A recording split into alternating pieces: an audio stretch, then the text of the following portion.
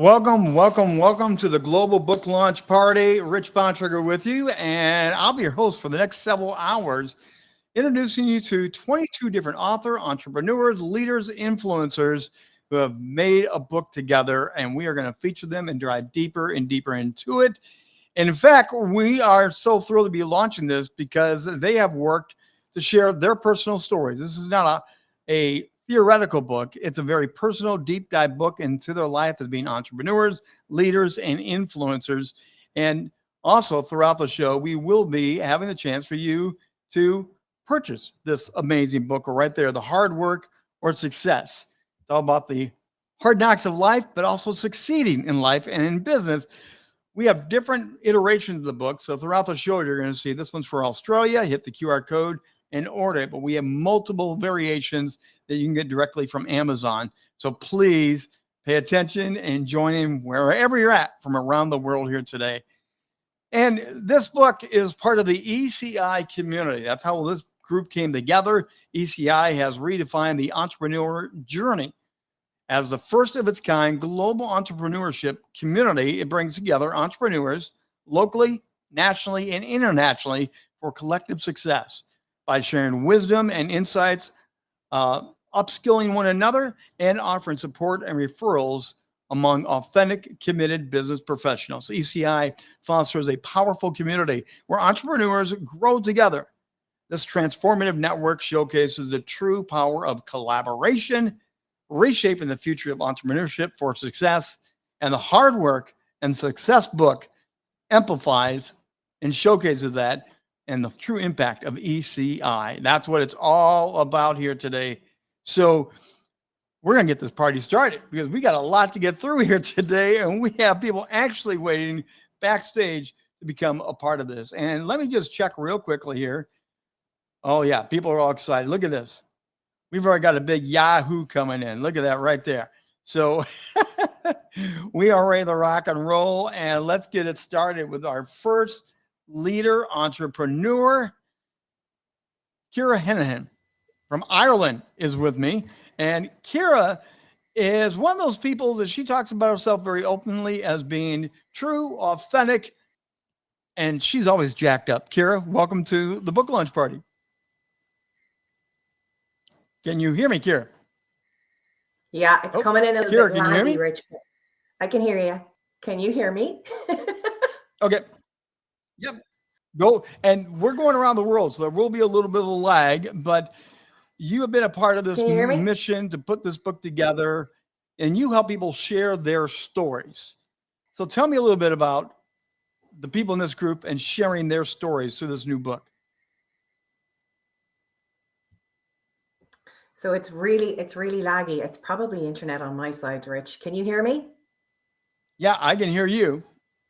Tell me about the group and this book and how you work together to craft the whole book. Okay. Such an incredible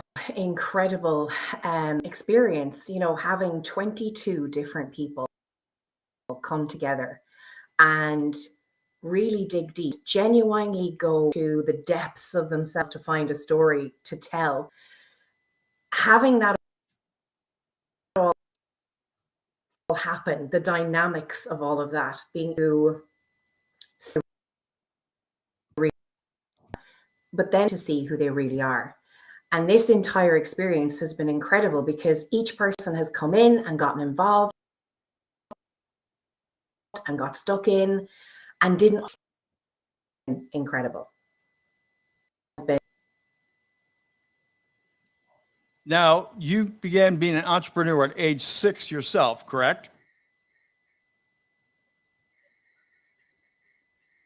Well, I got my teeth on it. Yeah. You began being an Okay. So being an entrepreneur yourself, you talk about seeing people's potential. What potential do you see in this group? Mm-hmm. I think we're having audio problem. Apologies for that as we go around the globe with the 22 different authors here. Kira, are you able to hear me? I think it just might be a bad interconnection. We will try to get Kira back on later on, hopefully. Okay. So I'm going to switch out here right away and let her go backstage. And we are going to go, we're also still in Ireland right now. Eamon Welsh is with me right now. And Eamon, you're one of the authors, you're an entrepreneur, and you turn vision into projects. How do you help people do that? So we turn visions into projects. So we see a lot of projects that come along from various different businesses, not just startups, as you might imagine, very well established businesses as well, that come along with a fantastic idea that requires a bit of funding or a bit of external skill sets brought in, or a bit of whatever the case may be. And we talk about this thing called the 97-3, right? 97% of projects that get funded versus 3%, or sorry, 97% that don't get funded versus the 3 that do. And the big difference between the two is the 97%, by and large, are generally not projects, right? They're ideas, they're visions, they're concepts. So the concept of transforming a vision into a project is about collaboration. This book is actually a fantastic example of what that process should look like in terms of collaboration, in terms of bringing the right people together in a team that can take a concept, take a dream, take a vision, and transform it into something that people can engage with, people can get excited about, and ultimately can be brought to the world. So your chapter was entitled, Always Remember You Have a Duty of Care to Your Fellow Man. Correct. Why Yeah. did you pick that title? That is, and this whole process has been really, really interesting from my point of view. I went way back into my childhood to try and get the root of what makes me an entrepreneur and what has brought that out in me. And that's a very standout moment for me. I don't even know what age I was, very, very young, and it's one of my earliest memories from my father. Right, and it's something he said to me. I won't ruin the story because it's in the chapter, right? But it's a very interesting story where he nearly sent me through the front windscreen of a car. Yes. Right. But it resulted in him sitting beside me and saying, "Don't ever forget, Eamon, you have a duty of care to your fellow man." And that has been one of my guiding principles all the way through my life. And you'll see in the chapter as well what can happen. We all have our guiding principles, and you can see in my chapter at least what happens when we lose sight of those.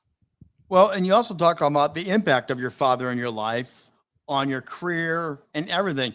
Tell us more about your father, because he was a big part of everything, right?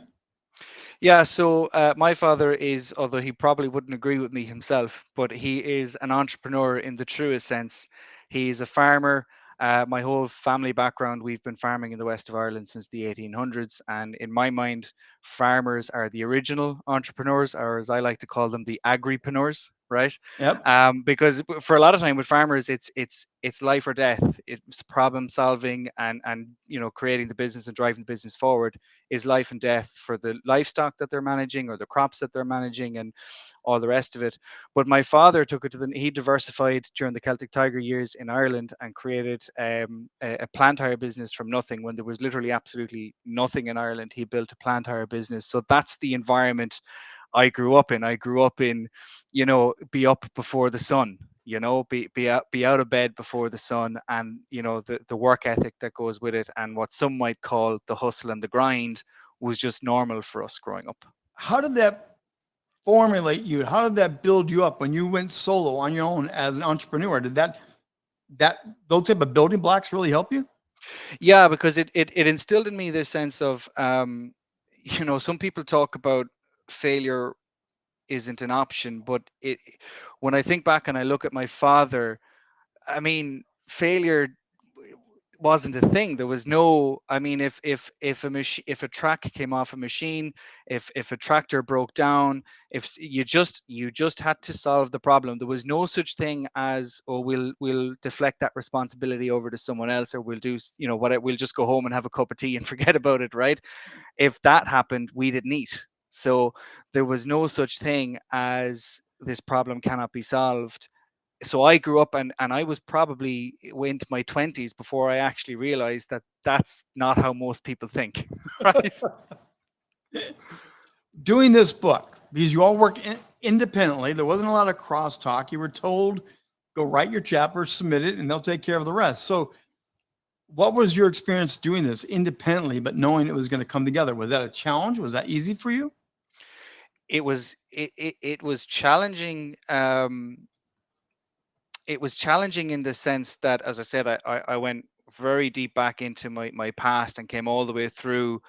And I mean, some of what I've told, the stories that I told in the chapter are fractions of the real stories, because I mean, the big thing I learned is there's probably a book in every single bit of a story, in every There you go. paragraph, right? Yeah. So that was really, really interesting. But what really fascinated me was when it all came together, because there was a lot of support within the group, but in terms of the different chapters, we bounced off each other on that, but we didn't write our chapters collectively. We wrote our chapters very much on our own in a sense. But how it all came together was fascinating and it just goes to show the power of a direction, of strong leadership, and a brief, right? Because Yeah. it all came together as if we had been in, as if we were all working on it together. And it's not that we were isolated, right? We did Right. communicate, we did talk, but we did write our own chapters, as you said, very much independently. And how that came together to create this unified book Yeah. is mind blowing. Well, and Kira, who was our first guest, but technical difficulties, she was the master editor of everything. She had to take all of your different works, 22 different authors, and put them together in a way that made sense for the reader. And actually, as we produce the show here today, you're going to be surprised at how much of that flows into our production here today, because there are overlapping themes, there are connected stories, and yet you guys are spread all over the world. Being a part of this group, being an entrepreneur, what's the value of being part of an international community like this? Wow. What's the value of being a part of an international community like this? It, you feel, I've been talking about this quite a lot recently and been involved in this group. Business and entrepreneurship, it can be a very, very lonely space, but it can also be an environment where you're at risk a lot of the time. Okay, so people might try and take advantage of you, and business deals go the wrong way, and you get left out of deals, or whatever the case may be. There is nothing that I can compare this to in terms of the value that this type of a group, business group, brings, in terms of we don't cooperate, we collaborate. And what I mean by that is there's 22 people involved in this book, which means we're all collaborating. It means I've 21 people watching my back, you Yes. know and that's absolutely, in the world of business, in the world of entrepreneurship, that's rare, incredibly rare. So there is no price. I don't think you could put a price on having that level of support in terms of collaboration. When the group first said, we're going to do a book together, take us back. What was your first reaction thinking, we're going to do a book on entrepreneur? It's about entrepreneurship for entrepreneurs, but we're going to write it. What was your first reaction? Oh, my first reaction was, I'm not going to be able to do this. Right. I mean, Rich, I struggle to spell my name sometimes. Right. So the idea of me writing, and there's another guy coming up later on that will, but the yeah, it was daunting, to be honest. And I mean, I've done some stuff in my life that when I look back, I go, "What, geez, did I do that?" But the thought of writing a chapter for a book, it absolutely terrified me, right? From the skill set point of view of writing, but also the sense of, who wants to know my story, right? Who cares, Yes. right? Yes. And as I started teasing that out of myself, I went, well, these are some pretty good stories, and I've fallen in love with writing. I'm doing a lot of writing on social media now, which I never did before. So yeah, it has really brought out a part of me that I never knew existed. So, last question for you here today. When they get the book, what's the overall writing thing that you want them to get out of your chapter? Specifically, what's the essence that you want them to grab and get from that?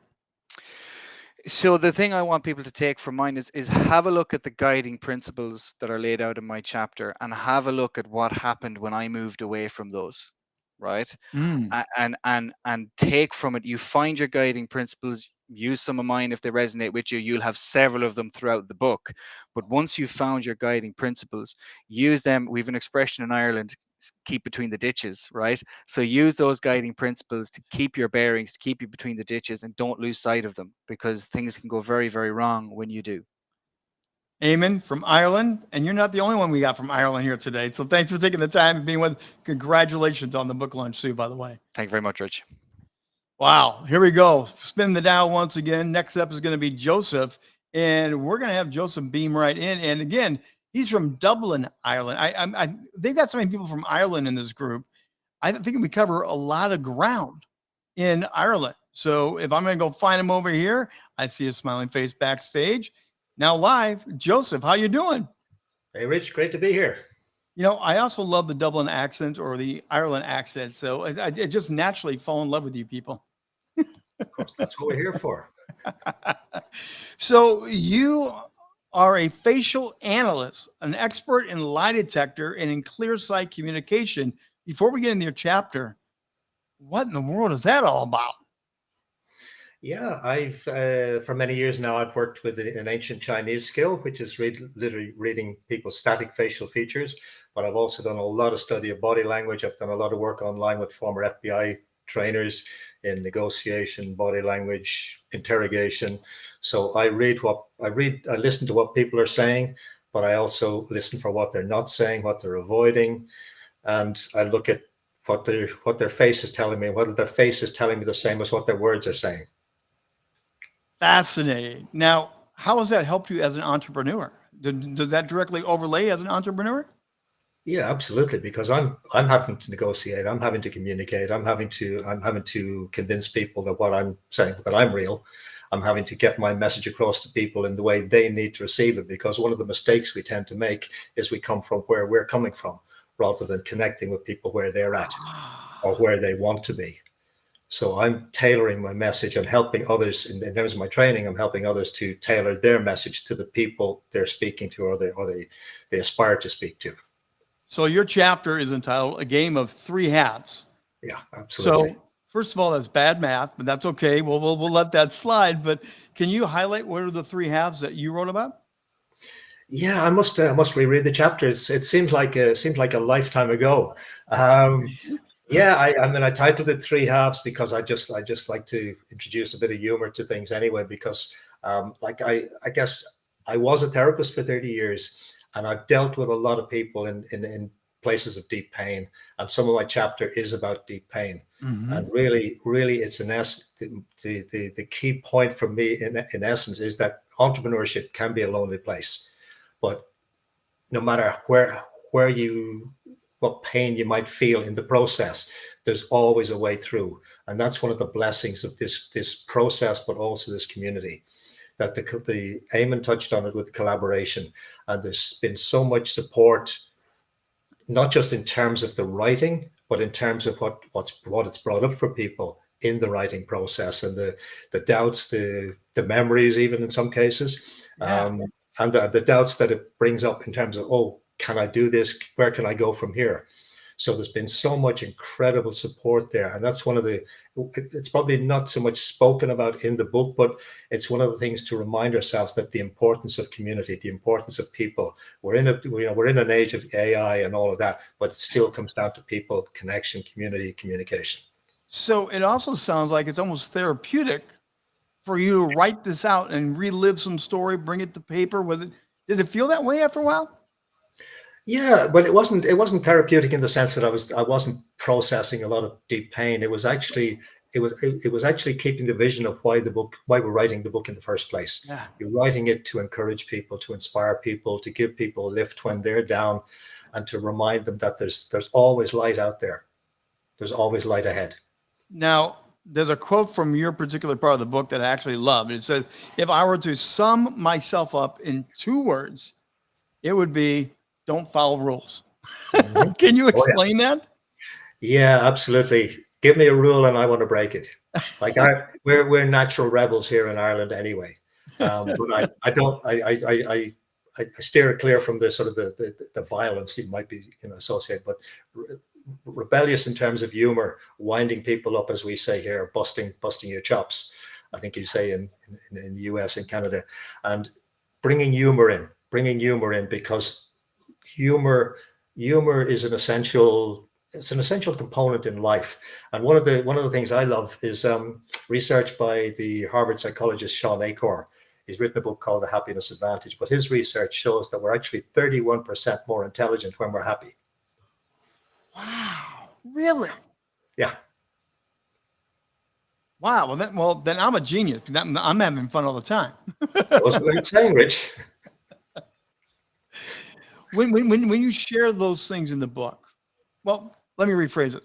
What's your favorite part of your chapter? What's the thing that grabbed you, or maybe you had to wrestle with longer to put it out there? Well, what's your favorite part of it? It might sound a little odd, but probably the part about where I talk about my father's death, where he died suddenly, unexpectedly, was really traumatic. But it brought up so much love for me about my father. It brought up such a depth of feeling. And my father really has been my model. He's been gone many years. In fact, his anniversary is next week, but he's been gone many years. But he is the model that I aspire to live by in terms of his integrity, his values, his commitment to, like Eamon's father, commitment to service. That's interesting you say that, Joseph, because as I read the book, as I prepared for today, the father theme and the loss of someone close really has empowered many of you to move forward because of the memories, the stories. Did you realize how much of an impact your father did have on you throughout your rest of your life? Yeah, and I'm always learning. Even though it's what, 37 years this year, there's always something new. There's always a sense of not in a ghostly way, but it's like I hear it, I feel his influence on me, and particularly if I'm going off course, it's like yeah, you know your values, stick with it. And values came up with another concurrent theme throughout the book as well. So what are some of your values when you are an entrepreneur leading out? What would you say are some of your core essence values? You got to care. You got to care about the people you're dealing with. Again, the quote from Eamon's father, service to your fellow man. Yeah. And it's so deep, it's so profound. And it's you have to care about the people you connect with, the people you work with, even if they're not paying clients. You have to feel empathy for them, and you have to be willing to go whatever the extra mile is to be of service. Even if they're not the paying client. So far, that's the best line so far of the day, right there. You got it, Joseph. When you've not read the book completely yet, right? You have not read, because we're just releasing it here today. In fact, as I bring this back up, this is the Canadian link for those in Canada. Grab the link at the QR code. Are you excited to read what the others in the group have written? Because you do know each other. You are hanging out virtually a lot, but how excited are you to read the other chapters? Oh yeah, I mean, I'm so privileged that I have the opportunity to read. I've read some so far, but I knew some of the people very well already. But even some of their stories are just wow. Excitement isn't the right word. It deepens my appreciation of them. It deepens their value for me as human beings, not just as entrepreneurs. And it makes me want to be of service to them also in a far, far deeper way. As I've read this is my observation, but we're international here today, 22 different authors, different countries, but we're not that different in entrepreneurship. Have you caught that as well, that we're really not that different? Yeah, so many of us really are coming from the same place. Again, it's care. It's always looking to bring greater clarity to what we do, to why we do it, how we do it, who we're doing it for, and the level of not just support, but the level of resonance that we're sharing within the group. And as I say, some people you know already, some people you don't know so well, but there's so many synchronicities that have occurred during the writing process and in the group chats, in the individual chats, that it's, oh wow, yes, you get it, yeah. In this crazy mixed up world, do you find comfort knowing that we are more alike than we are different when we do things like this? When you sit and chat or read the stories, really, we're all pretty similar. Yeah, absolutely. Well, I mean, I'm probably privileged in my background. My younger sister is Down syndrome. My older daughter is gay. My nephew is black. My partner is Chinese.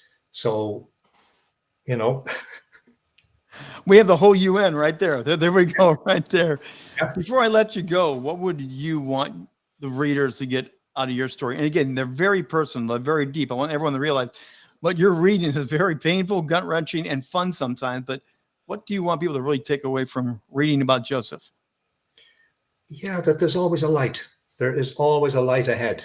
There's always something to draw us forward. And even when we're feeling alone, low, you know, it's looking dark, there's always a light there. And really, more than anything, it's to go within. Just let all the fluff, all the nonsense just drop away. Take a breath, find reason to smile, step forward again. It sounds so simple, Joseph, but we all know it's not, right? Well, that's the point, Richard, is we just convince ourselves it's not. And I've been a master at that. There you go. Joseph, thank you for being with us here today. And again, congratulations on the launching of your book. We look forward to getting out there to the rest of the world. Thank you. Thank you, Richard. And we continue in the wonderful country of Ireland. And Claudine is going to be coming up next. I just have to take a moment and go find where she's hanging out. There she is. I see her. She's smiling backstage. Claudine, welcome to your own book launch party. How does that feel? Great. We can at last we can at least speak and talk openly about what we have achieved with this book, which was fantastic experience. And at long last, we can help people, which is what I do by profession. Well, yes, And it's you're lovely to meet you, Rich. It's a pleasure to meet you. This is all the fun of doing what we get to do now through the camera lens, go around the world and meet people. And you're in England, and you're empowering businesses to operate at peak efficiency and the potential with preferred partners. Can you explain what your business is all about, what you do with people? Sure. I partner with this fantastic discount club, FTSE 250 on the stock exchange. And Charles Pagoda, the owner, initially had a vision as a great entrepreneur to help people. So we deal with something which is not at all sexy. We deal with broadband, energy, telephone services. How can you wrap it up nicely? But that's what we do. And we do help people save not only when they join as members, but there are so many different ways to save or as we go. So it's not just when they join as members, but it is on an ongoing process. And with that, there is a second dimension, which is that of partnering with the business. Basically, so many people, and statistically, it was proven that 60% of the population doesn't like their job. Would you believe it? So we have the solution for them. That is, if they will like the idea, to become an entrepreneur and to work for themselves, but also they have the incredible opportunity to join this amazing business that is always positive, change the mindset, because we're so programmed and so conditioned. We are expecting bad news Right. from the radio, from the TV. Well, we attend lots of meetings all throughout the year, and also we have special events that we attend physically, and it is always good news. So So let me we dive into your chapter. I want to make sure there's a quote in your chapter that I hope you can extrapolate and build on a little bit. It says, I started life in a dangerous environment, but I closed the circle moving into a safe one. So you started out danger, moved into safe. A lot of you did the same thing. There's a lot of other entrepreneurs in this book that found that same journey. Can you explain some of your journey from danger to safety? Well, danger is when you move along an environment that where you were born, but also you carry on growing up, and you also become an adult, and you're still not part of it. It's like we're being born in a life walking backward. You're supposed to be taught, and in fact, you are the one who has to stand up in Mm-hmm. front of the dangers, because you are not put in a very nice situation, and you have to find your way, go through the middle of it, observe, and find your way, and take all the tips along the way that are going to enable you to improve in your life, so that you can move on yourself successfully, and also make a career, a positive career out of it. Well, So, and you wrote about the challenges of that in your chapter because you and your mom didn't really see eye to eye. You had issues and struggles with your mother. And then you also said you decided as you got older to do it differently than your mother did it. And oh, that was about your desire to learn. Tell us about that desire to learn. well, um, I felt that I w- the the people, the adults around me were the children, and I had to learn by myself and teach them how to behave, and how to know what the values were, because I believe that I was inherently born with values, and I believe also everybody knows right from wrong from the very beginning. We are born, more or less, but we do. And I was up against an incredible scenario of forks and knives, if I may say, surrounding me. And I thought, this is not right. This is not how you destroy life that you have created. So they had to learn. And this is, I think, if I look back at my life, I'm thinking, because I'm a spiritualist, what was I here for as a spiritualist? Learning. I think I did learn a huge amount of parameters, and this is what the book is about as well. Well, yes, and you've had a lot of different jobs over the course of your life. You kind of sprinkled them all in throughout your chapter, which is really fun to see what you did. But with those different jobs, you often become an entrepreneur. Many entrepreneurs try different things and they finally lock onto that one thing. Was that part of your journey, trying things to find the one magic thing? I see that you have had a good look at what I've wrote, Rich. But what you do not know is that my grandpapa, w- on my maternal side, was an incredible man. He was born at the beginning of the 1900 times, and already he had all of the ideas of being an entrepreneur.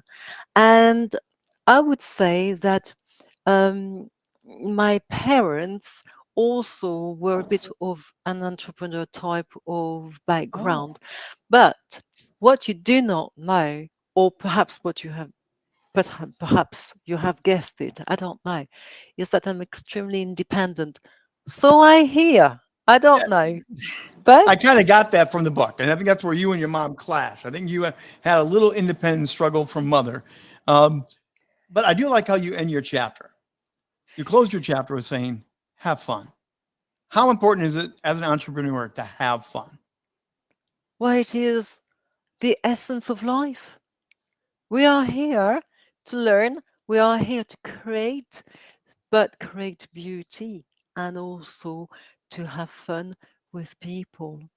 And because we are all together, we are part of the world, this is what we are supposed to do. Have a good time together, still being serious in what we need to achieve, but Mhm. let us have fun.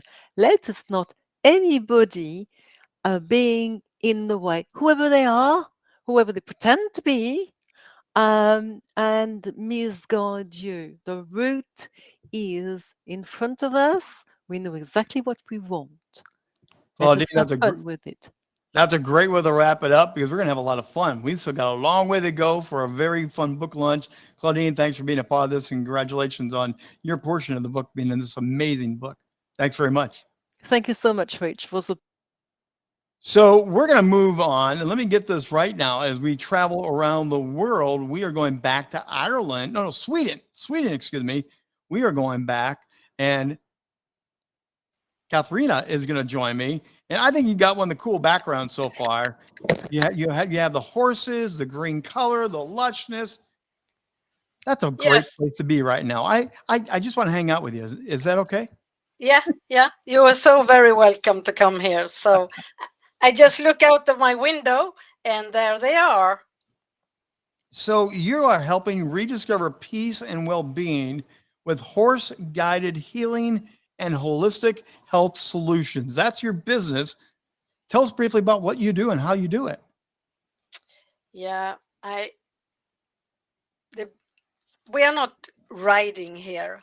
We are doing a lot of normal stuff that you are doing with horses, but this is people that have never or for a long time since not being with a horse. So we start with checking out which horse is choosing you. Ah. And I have heard that the horses choose you as a Yes. friend, as a rider, as almost a mate. The Yeah. horses choose you. Yes, so I have three, and so I don't know because it depends on what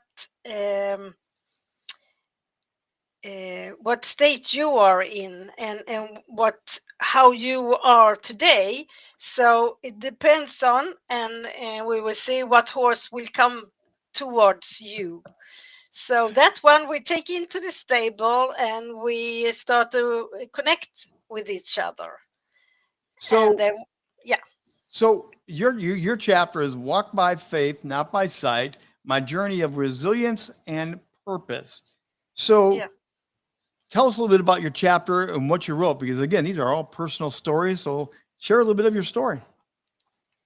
Yeah, and if we go back with the story, I was with my father and grandfather at the zoo, and there was a horse, and I say, I have to ride that horse, and I was 5, so that's how it started, and that also started my entrepreneurial journey because I got to get money Yeah.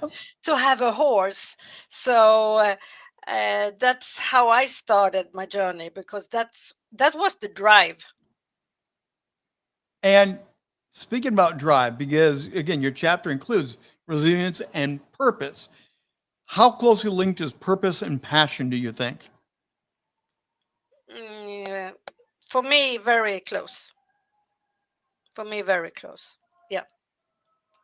You have a quote in your chapter. I realized that opening myself to receive help and advice was the best thing I needed.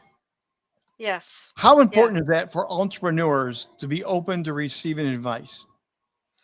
That is very important because I have always said to my clients also, the one who asks for help the most will also go forward much better than the one that I have to reinvent the wheel for myself instead of just be humble and ask for help and say, I don't know how to do this. I need help. I am stuck here or whatever it is and I need help. And asking for help is the hardest thing in the world, but as we learn, it's the best thing to do, isn't Yes, it is a relief when you start to doing it. Then you just say, "Why haven't I done this before?" it? So being a part of this community that you're a part of this, how great is it to have a trusted group like that to ask for help, to get it out of your fellow colleagues here today? I can go to whoever in the group and just reach out and say, I gotta talk to you today. I need your help on this issue or whatever, and I know they will be there. It is like, you know, you have the red phone. So when you get the red phone up and you call somebody, they will be there. So it is a very special family we have got here, because we have done the journey together. Even though, as Iman said, we did it our own, we have been in different groups, but we have also shared a lot in the group, because we have a WhatsApp and there we are talking back and forth with each other. So I'm going to tell everybody right now, the WhatsApp group is hopping with all these authors. These people are talking and chatting all the time. Let's talk about resilience for a second, because you mentioned that in your chapter. What's the secret to being resilient as an entrepreneur? Because as an entrepreneur, we go up, we go down, we have failures, successes. Resilience is so important, isn't it? yes, and sometimes you lose focus, but then you go back and say, what is it that I love and why am I doing it? And then you rise again and go forward, because you cannot go backwards, and you cannot put yourself in the sofa and do nothing. That is not helping you anything. I have too much energy for that, so I have to do something with my energy. So yes, and I have met so many people during my life coming from war zones, and I just say I have nothing to complain of. So As people pick up the book, because they're clicking, they're buying it right now. I can see it happening. What do you hope they get out of your chapter? yeah, the most I see, that is the quote that you were talking about with with asking for help. Yes. It you just be humble and just, I saw you there and you have been on the same journey as I was, and that they reach out to one of us and they can see that somebody of us 22 they can relate to. And if it's me, I will be there and see how I can help them. So real quickly, are you thrilled today to have the book come out? Oh yes, I have been thrilled for a long time now, since we made the last where we, now it's Kyra's job and I couldn't do anymore. So now I'm very thrilled and I'm so happy, and thank you so much, Rich, for doing all this. Oh, it's my pleasure. Congratulations on the books. And again, nice chatting with you, Katharina. As we continue to go around the world, we are now going to move on with another one of these amazing authors. And we are going to go back to jolly old England, as they say. And I just had you there for a second. Here comes Mike Deacon. And Mike, how you doing? I'm good, thanks, Rich. Thanks very much for hosting this event today. Oh, my pleasure. Reading the book has been so much fun. There's similars with all the different authors and entrepreneurs, but there's also unique differences.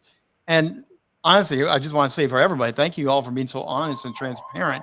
It's really amazing. And you're the director of the National Association of Commercial Finance Brokers. I'm going to say this. You sound like a boring man, but I don't think you are. Yeah, finance is boring. I had my own brokerage business, but you probably read my chapter. And the only reason I'm a director of a national association is because I'm old, tired, and people actually think I've got some experience behind me. Here's the best quote that I'd like to begin our conversation today. You describe yourself as an accidental soulpreneur.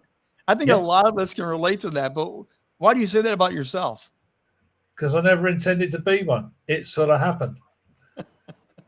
You know, when you work for a load of businesses, as I did when you read my chapter, you know, I went to work because of personal circumstances, because I was at university doing my exams, and my parents got very ill.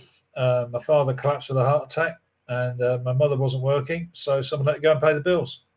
So literally, it's the day before I was taking my exams. I dropped everything, went to work, never went back, and decided to stay in the city. I was wanting to work in finance. So that's how my journey started. Well, and you also talk about in your chapter that you talked about having to be forced leave from a job. Then your wife sort of gets in your face a little bit and challenges you, and you have your own social enterprise business pop out of that. Tell us about that Yeah, experience of having gone through that all of experience that. is, And yeah, well, that was very interesting because I was on holiday with my wife literally a few days before we were due to come home. I said, got a feeling I'm going to be turned round at the gate when I get back to the office, which happened.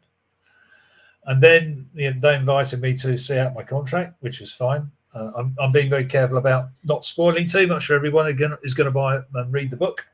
But Yep. I had to think what I was going to do with my life. And, things like restrictive covenants in your contract sort of interfere with your progression in the future, and you've got to pivot. And when things happen for a reason. So my wife and her colleagues were setting up a public health consultancy business, and none of them could run one. I could. So out of a disaster, I pivoted and found a new life and learned new tricks, did more work in social spaces, helped people with health matters, and learned a completely new set of skills and understanding and empathy. And also politics, because working in public health in the UK is a minefield, trust. so I want to go there. You've had a lot of different jobs, but it Yep. sounds like you always knew how to land on your feet and turn a negative into a positive. Can you explain how that works for you? Yeah, there are three things that make you do it. One is personal resilience. Two is dependency resilience, which is basically making sure that your partner absolutely believes in you and vice versa. Because without that, you're nothing. Trust me. And the third is sheer bloody mindedness. How can I put this in the nicest possible way? It's like giving the rest of the world the middle finger and Yep. saying, I can do this and I will do this. And I did do this. Now, that's a place for many entrepreneurs. And there's another author in that did talk about the naysayers, the negative voices reflecting back of, you can't do that. You're never going to achieve that. You have to learn how to blow through those and keep going your direction, don't you? You do. You've got to be as tough as old boots. You've got to have a thick skin, and you really do need a sense of humor to get through it, because every situation has humor. And if you can laugh at your situation, but also know how to deal with it, you'll get through it. And even in the darkest days throughout everyone's lives, not just mine, but everyone's lives, you will find a way forward. Listen, we're all on a journey. It has a beginning, middle, and an end. Enjoy it. Even if the journey's a bit rocky or the view's not very good, just enjoy the journey.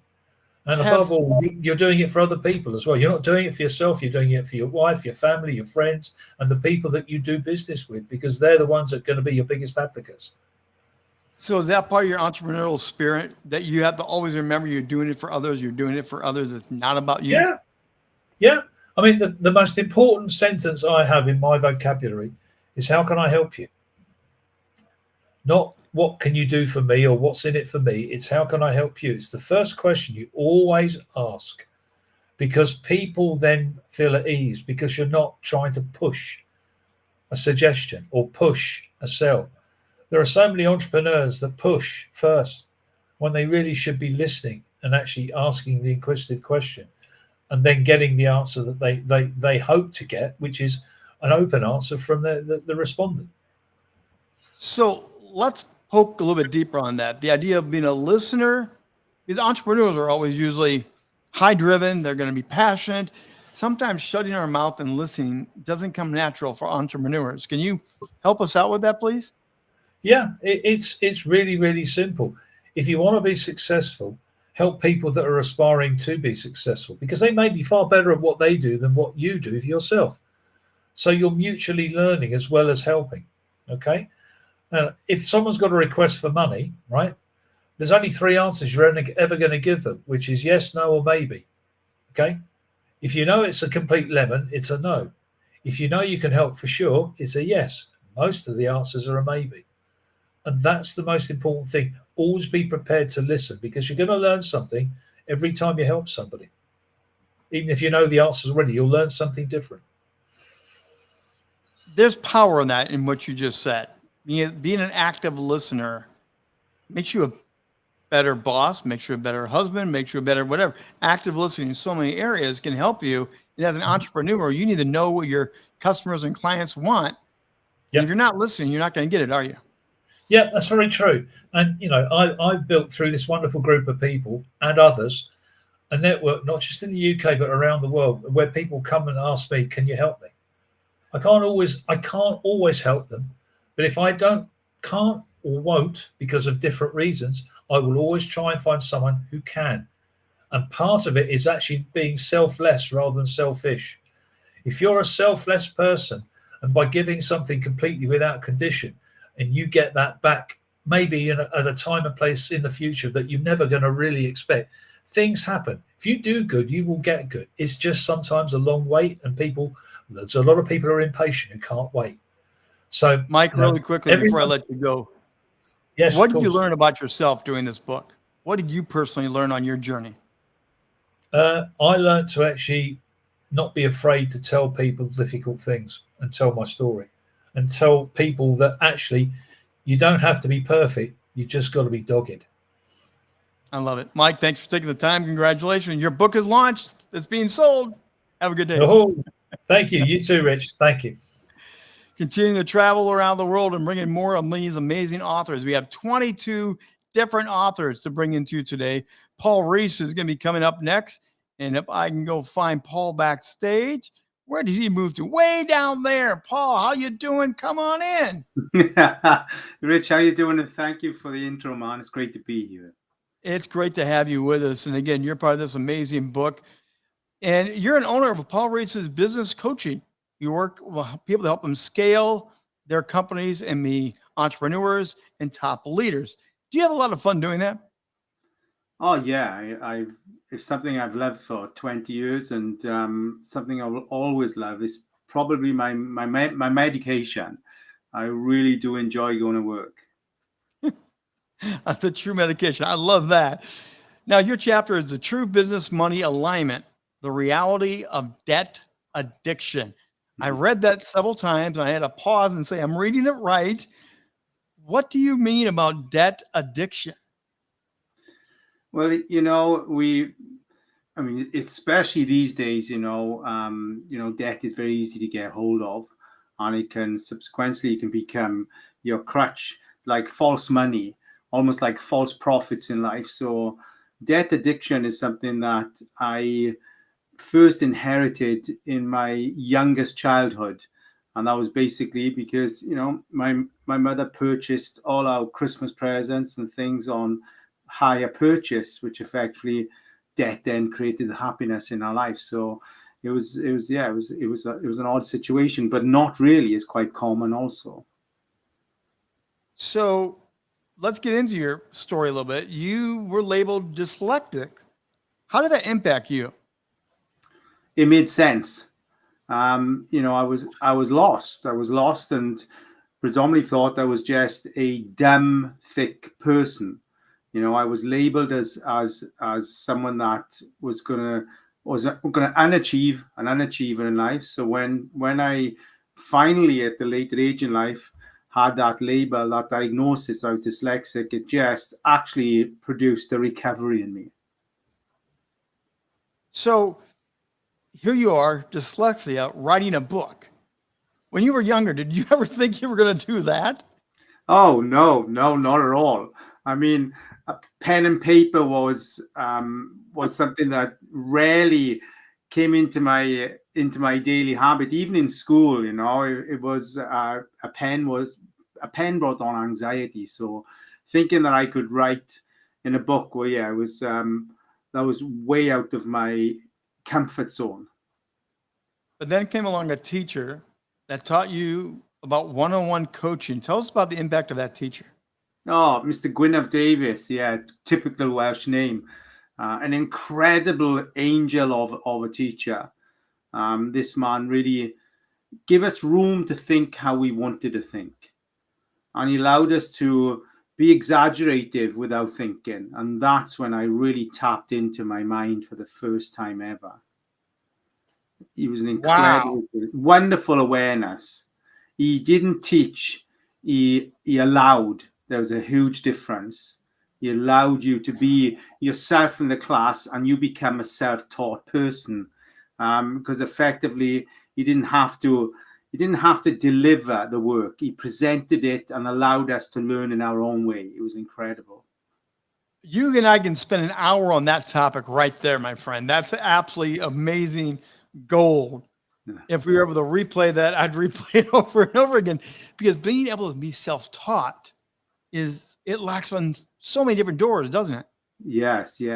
When you're given that space to think for yourself in a classroom environment, it gives you so much confidence and power as an individual to be able to recycle information, learn in the way that you want to learn, understand words in the way that you want to understand them, but come out with the same outcome as school wishes. It was an incredible experience, and I've always worked that way since. Now, because of all that, it also says in your chapter, it turned my fuel of self-hate into self-success. Maximize every opportunity. Wow, what a turnaround for your life. Oh yeah, and that's what happened with that teacher in school. He taught us how to maximize ourselves through self-learning, and you just thought so differently so quickly. And what happened was when you that maximizing emotion that you experienced, we kept that through school. And then when we left school, then Richie was just, I could see the benefits of how to maximize everything. And my wife says, it's hard living with me because everything has to reach its highest potential. Now, I want to go a little bit deeper into your family life, because you have a line in there that you took time to look for family triggers of your past to help you move forward. Yeah. A lot of people don't take the time to do that. Why did you do that? There are the most fundamental reason is that we are taking our 10-year-old self to our business every day. Our 10-year-old self is running our business unless we understand that. So looking at my 10-year-old self and what he had adopted in the first 10 years of my life, and how my pocket money was playing out in my business still, made all the difference. And those, looking back, and we adopt what our parents gives us in those 10 years. So it was vital for me to look back at and really truly understand what was playing out in the grown-up part of me that was belonging to the 10-year-old. Wow. Now, I also love, you landed your chapter perfectly after reading it. You say, I'm in the driving seat all the time. Mm-hmm. How important is that for entrepreneurs? Well, it's as long as you have a passenger seat by the side of you, being in the driving seat is important, but also making sure that you have a good support system around you, that is in the driving seat with you, is in the front seat, is in the back seat with you. It's so important. So yes, I am in my driving seat, but I have a lot of passengers with me called the ECI that are always coming on the journey with me and on days out. Paul, this has been amazing. Again, what a chapter. People are going to want to read this, reread it. I thank you for your time and just for being a part of this amazing day here. You're welcome, my friend. Thank you. Wow. And I just felt like I talked to Arnold Schwarzenegger. I just felt like I had a very powerful, in-depth conversation. His accent was so beautiful right there. Now we're going to get back to another. We're going to go back to Ireland again. And Paula McNichols joins us now. Paula, great to have you with us. Hey, Rich, how are you? And how it's are you Matt enjoying Nicholas, this so far? by You've the been way. backstage watching. How are you enjoying this? Great, yeah, fantastic. It's so what have you learned interesting, so far from your other entrepreneurs and authors? What have you learned? Well, I think we've all had similar lessons to talk about, really, in terms of, keep pushing ahead and the resilience that entrepreneurs have to have. to, break through and to reach the levels that we want to reach, really, Well, it's interesting. You're a law firm partner. You help law firms to double profits in less hours with less stress. My dad was a lawyer. He could have used you. What do you do exactly? Indeed, yes. Well, I am not a lawyer. I haven't got a lawyer background. That's what makes me completely different. Yeah. I mean, you've probably, because you've read the chapter, I've got an engineering background. So that's all Yes. full of problem solving and transforming, improving. So yeah, lawyers really do need me. I realized that I've worked with all sectors. There's not another a sector that I haven't worked with. But a few years ago, when I decided to niche down, the legal sector, like you said, really does need someone like me to be able to help me to get out of working all those hours. It doesn't have to be like that. And I feel there is that acceptance within the legal sector that is the way it is. If you want to be a lawyer, you've got to work all the hours, and it doesn't actually have to be that way. Now, you also talk about in your chapter that you're in a male-dominated industry. What were the challenges for you trying to excel, but facing that daunting thing? It's a man's world. Get out of our way. Yeah. And I'd say that's probably the same in the legal sector a lot of the time as well. But back in the car industry as well. So very male-dominated industry to be in as an engineer. So there really wasn't many women around. So I was one of the guys. I became one of the guys, whether that was, what I should do or not. But there was still a lot of things that I was up against being a woman. Only a couple of instances I talked about in the book, but I could probably write a book in its entirety about the kind of that would be an interesting book. Yeah. Did that almost fuel you more to say, watch me, I am going to do it, get out of my way? Yeah, I am kind of like that. Yeah. I got that from reading your chapter. Yeah, I'm quite determined like that. Yes, quite persistent and quite forthright in what I do. No messing, no BS. You also talk about sometimes it's easy to stay in your comfort zone. As an entrepreneur, you cannot afford to do that, can you? Yeah, well, that's it. Yeah, I mean, I'd noticed that pattern through, when I was writing the book. About being pushed out of my comfort zone to get to the next levels for myself. And as an entrepreneur, I carried on doing that too. For me to, carry on growing and expanding the business and what I do. Entrepreneurs, it's funny because they can get stuck in the comfort zone of having all these problems. They actually, it's not saying they enjoy the firefighting, but they accept it, they know it, that's the comfort zone, they're dealing with it all the time. The mere suggestion of change and being able to run your business without all that going on, sometimes they don't have the confidence that they would be able to make that transition. So they might have all these problems, but they're used to that. That's the comfort zone they're in. Don't like it, but hey, we deal with them. We've been dealing with them for years. We're just getting good at that bit. But it might not be particularly great existence that, they want for themselves. But then they do struggle to go, could I actually make this different? Could I do better? And there is a better way. And that's why I like working with the ambitious ones that know there is a better way. And they're willing for me to help them to get there, Well, and you talk about settling, giving in, and you talk about persistence. Those two fight each other all the time, don't they? Yeah. There's that fight bit again that Joseph mentioned earlier. We do like a bit of that, don't we? Yeah, you do. You do have to fight through it. Yeah. You could just settle, but you wouldn't get anywhere. Then you wouldn't get to where you wanted to be. If there is places you want to go, if you've got ambitions, then you've got to fight your way there.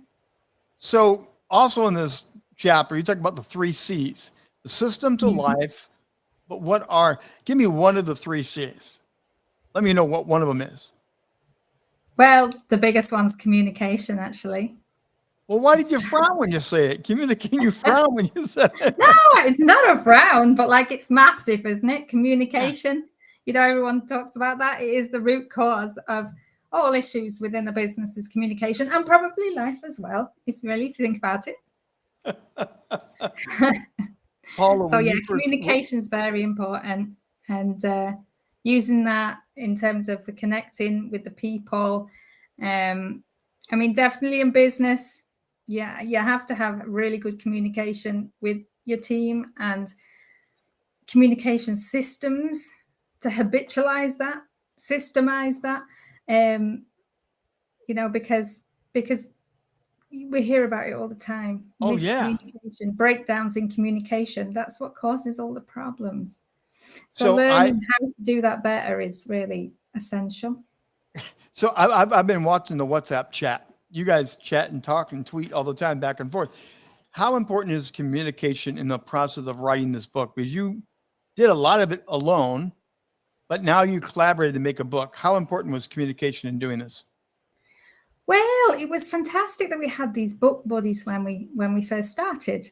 And my book buddy was Peter, and you'll hear from Peter in about 90 minutes time, maybe just less. And we're very similar because we're both engineers, and we both, you know, engineer to entrepreneur really is kind of what our chapter's about. So yeah, working together, you know, having that communication and collaboration was really important for us actually bringing this book out of us. What does Because, this book launch? What does this book launch mean to you today?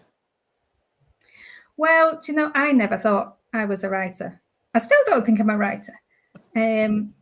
Writing's just not it's just not my thing.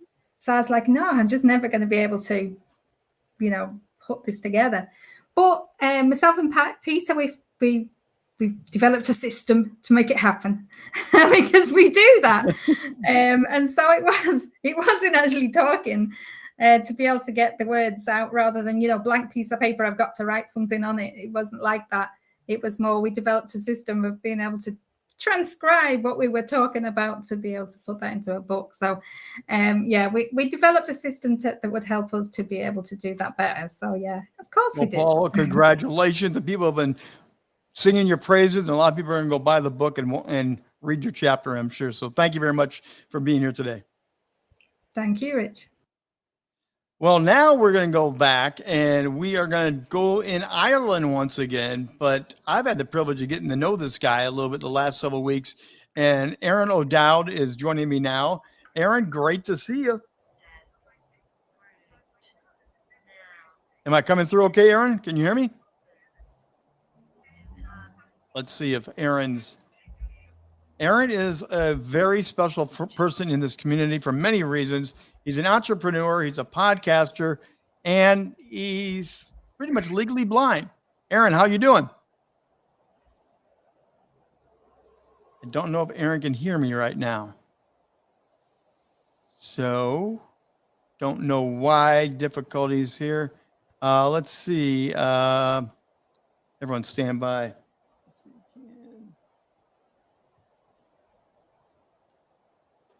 I just sent that. Let's see.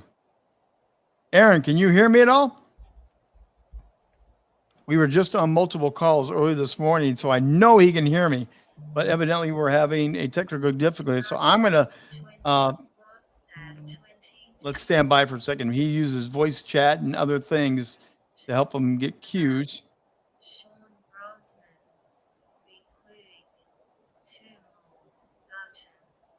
Evidently, technical difficulties. Again, we're going from Ireland, Malta, the UK, the US, Canada.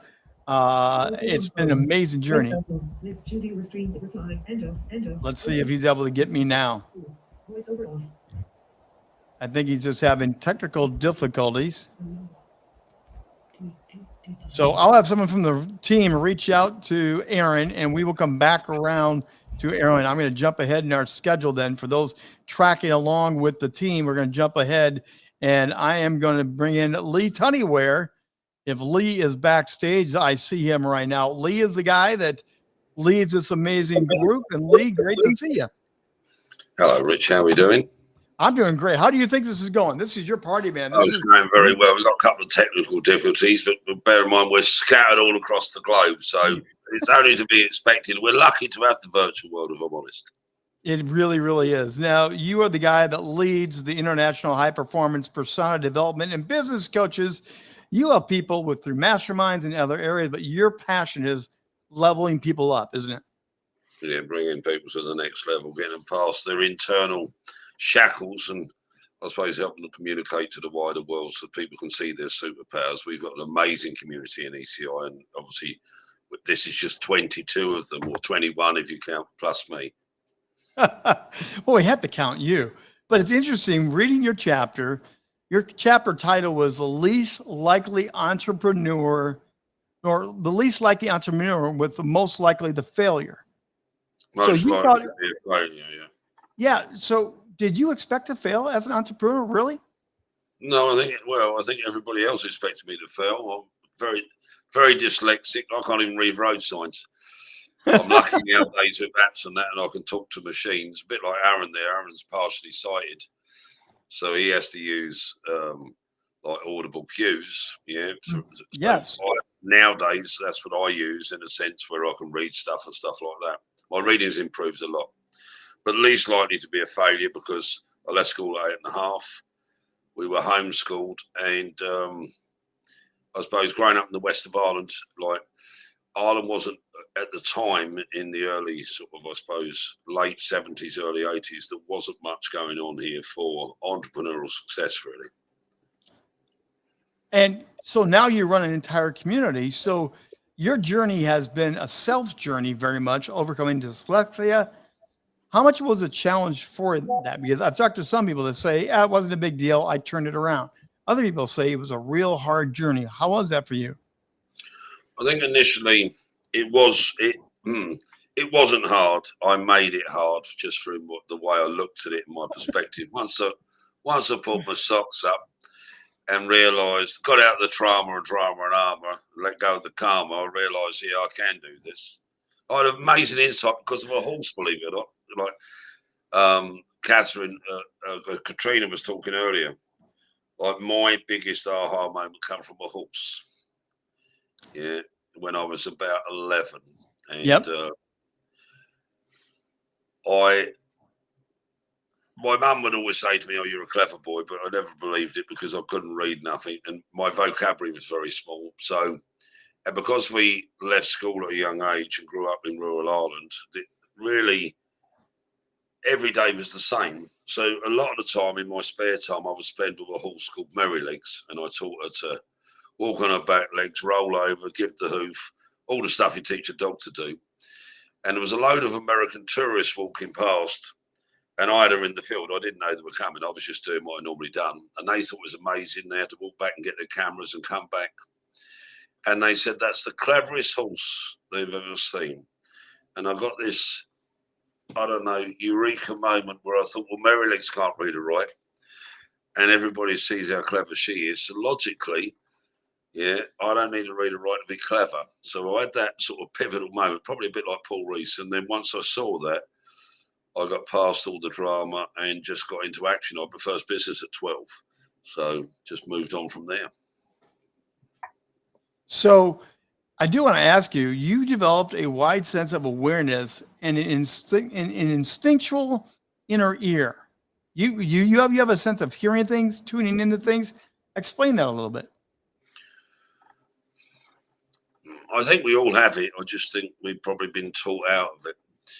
It's a bit like going outside and feeling a breeze. Yeah, you can interpret that data instantly, whether you need a coat, whether you need an umbrella, whether you put the washing on the line or take it in. It's instinctual. And I think it's the same with people. I think what people don't realise is when they lack confidence or they're not internally aligned, integral, as in as in their thoughts, what they imagine, their emotion, their physiology is in their gut and their spirit isn't aligned, that they're not integral. And wherever they're out of place, and whether they realise it or not, other people feel that. So if you feel uncomfortable with somebody, or you're not sure if you like them, or you feel stressed in some ways, normally you're picking up what they're feeling And I think people get confused as to, they think it's their feelings rather than their empathetic, sympathetic autonomic nervous system picking it up, a bit like an animal does. Yes. I think because I didn't have a lot of mainstream education, I never lost it. So I think we all have it. So I don't think I'm special because of it. I think we all have it. I just think we buried it with everyday, I don't know, chit chat, let's call it. Well, and there's another thing in your chapter that caught my attention. Persistence without good counsel is a fool's errand. Oh, definitely. Wow. Tell me more about that. Well, it's all right having an idea, and it's all right going, well, it's my idea and different things like that, or it's my baby, and that's, and there's nothing wrong with that. However, if you're not going to validate your idea, if you're not going to stress test it, then you can't move forward with it, because you're just caught up in the trauma and drama of it, or maybe validation. You're not really looking for success. You're just looking for people to like you or validate you, which isn't success. That's just an emotional journey. Nothing wrong with it. Yep. But if we're not going to test it first, put it to good counsel, a bit like we were doing ECI, brainstorming, different things like that, or throw the idea around somebody and throw it to several people to stress test it, and not belittle it or tear it to pieces, where they can ask real questions in the real world. Ideas virtual, it's in your mind or in your imagination or in your being. When you take it out of you, it's no longer internal. You put it to good counsel. So if I take it this way, you can ask your friends and family, but if they've got no experience, they've got no experience. If you just want your idea validated, that's not going to give you success. So put it this way, you got a box to lift on the back of the truck. You got a bad back or a bad arm, and you're not sure whether you can lift it up. You don't ask somebody with a bad back or a bad arm to lift it on with you. You get somebody that's well able to lift it up. So when you stress test your idea, is it sustainable? So you ask somebody with a bit of common sense and business acumen who's got experience, and they either not pull it to pieces, see the gaps. They tell you the bridges, or they tell you the person they go to fill the bridges. Yes. So you take years down to weeks or months, and it's the quickest way. Otherwise, if we're in the trauma and drama of it, we're just looking to validate ourselves. People can be nice. Nice is a world between good and bad. It doesn't help you on the world of success. You've got to be honest. You've got to be authentic. You've got to be sincere. You've got to be genuine at the same time. Right. Respectful. But you have to test an idea every time in your own community of people that know. Well, so talk about this ECI community. These amazing 22 different authors. There's others in the group. Here you are today launching this book launch. What does this mean to you personally? Because you're the captain of the ship, but what does it mean to you? It means a lot to me, because I suppose in the ECI community, if you take the book away, how do you pull a community together? How do you get them to be real? Not saying they weren't, but how do you get other people to see them? In my opinion, it's only my opinion, everybody that knows you is walking around with a virtual avatar in the head of you. That virtual avatar has a concept of your future. So if we're into manifestation, a lot of people talk about manifestation to manifest from self. Yep. And that's fine, but it's a very lonely place, and the universe don't work that way. The universe is an ecosystem. How does the universe police whether you're successful or not, or whether you get the manifestation, and who does? Many people live in that yin and yang, negative or positive world, which means if you've had a really good life, Rich, somebody else has got to have the worst part of it. So when we've got this avatar installed in everybody's head, what I wanted to do in ECI is I wanted every member to see every member for who they were, and allow them to change that virtual avatar they had in their head of everybody, that opinion, that I suppose in some ways biased, that quick 30 seconds or 3 seconds assumption we draw, and we see their future or we see their character, and we can't see where they want to go.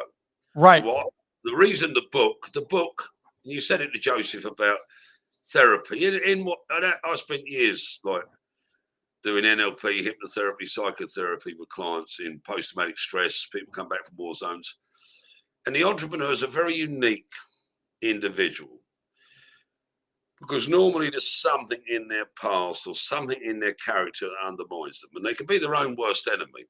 Yep. A change in the future by the change in the way other people see your future, you get quantum manifestation, which means now the universe isn't going to exclude you or police you out.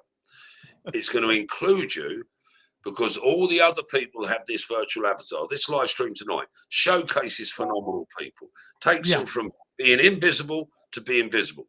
The author title lifts their credibility. What I wanted to do was to take members of ECI, showcase them to the world, because I'm proud of them. I know other members are proud of them. But how do I get them to pull together, and how do I get the public to realise, one, the power of ECI and that entrepreneurs on a journey on their own, but two, that entrepreneurs are the most collaborative, unified people, as long as others can see them. We can put judgment to a side. Every human being's perfect until we judge otherwise. So in ECI, all I was looking to do was elevate the people I'm proud of. Some I put through the paces. I call out the real questions because I want them to be successful, because they're more than able to. Lee, you have a little bit of passion. I love you for it. I'm going to let you go, but we're going to give Aaron another try because of the technical difficulty. So, Lee, thank you. Thank you he's very a brilliant much. guy, Aaron. I mean, you've got to ask him about his reign, mate. Absolutely phenomenal guy. They all are. They all are. They are. Thank you, Lee. Thank you. So I just saw Aaron beam back in once again. We're going to have Aaron come back. And Aaron, can you hear me now? Let's see if we're connecting. Let's see. Give him a moment with all the technology. Again, blind entrepreneur doing amazing thing. He produces his own podcast show on video, just so you know. What he does is absolutely incredible. And he wrote an amazing chapter in this book, and we want to make sure we can get him to come on in. The name of his chapter, by the way, is What I See. I had a chuckle knowing Aaron and reading the title. You have to have a good laugh and enjoy Aaron. And people see him as a superhero. He's an inspiration to other people in this group. And Aaron, can you hear me now? Let's see. We had earlier problem with some of the bandwidth getting into Kira. Maybe it's an Ireland bandwidth problem. So we will, I'm going to slide him backstage again while he works on more technical difficulties. And we are going to move on to our next exciting author here. We're going to Malta this time. And Tommy is coming on in here. And I just saw you a minute there. There you go, Tommy.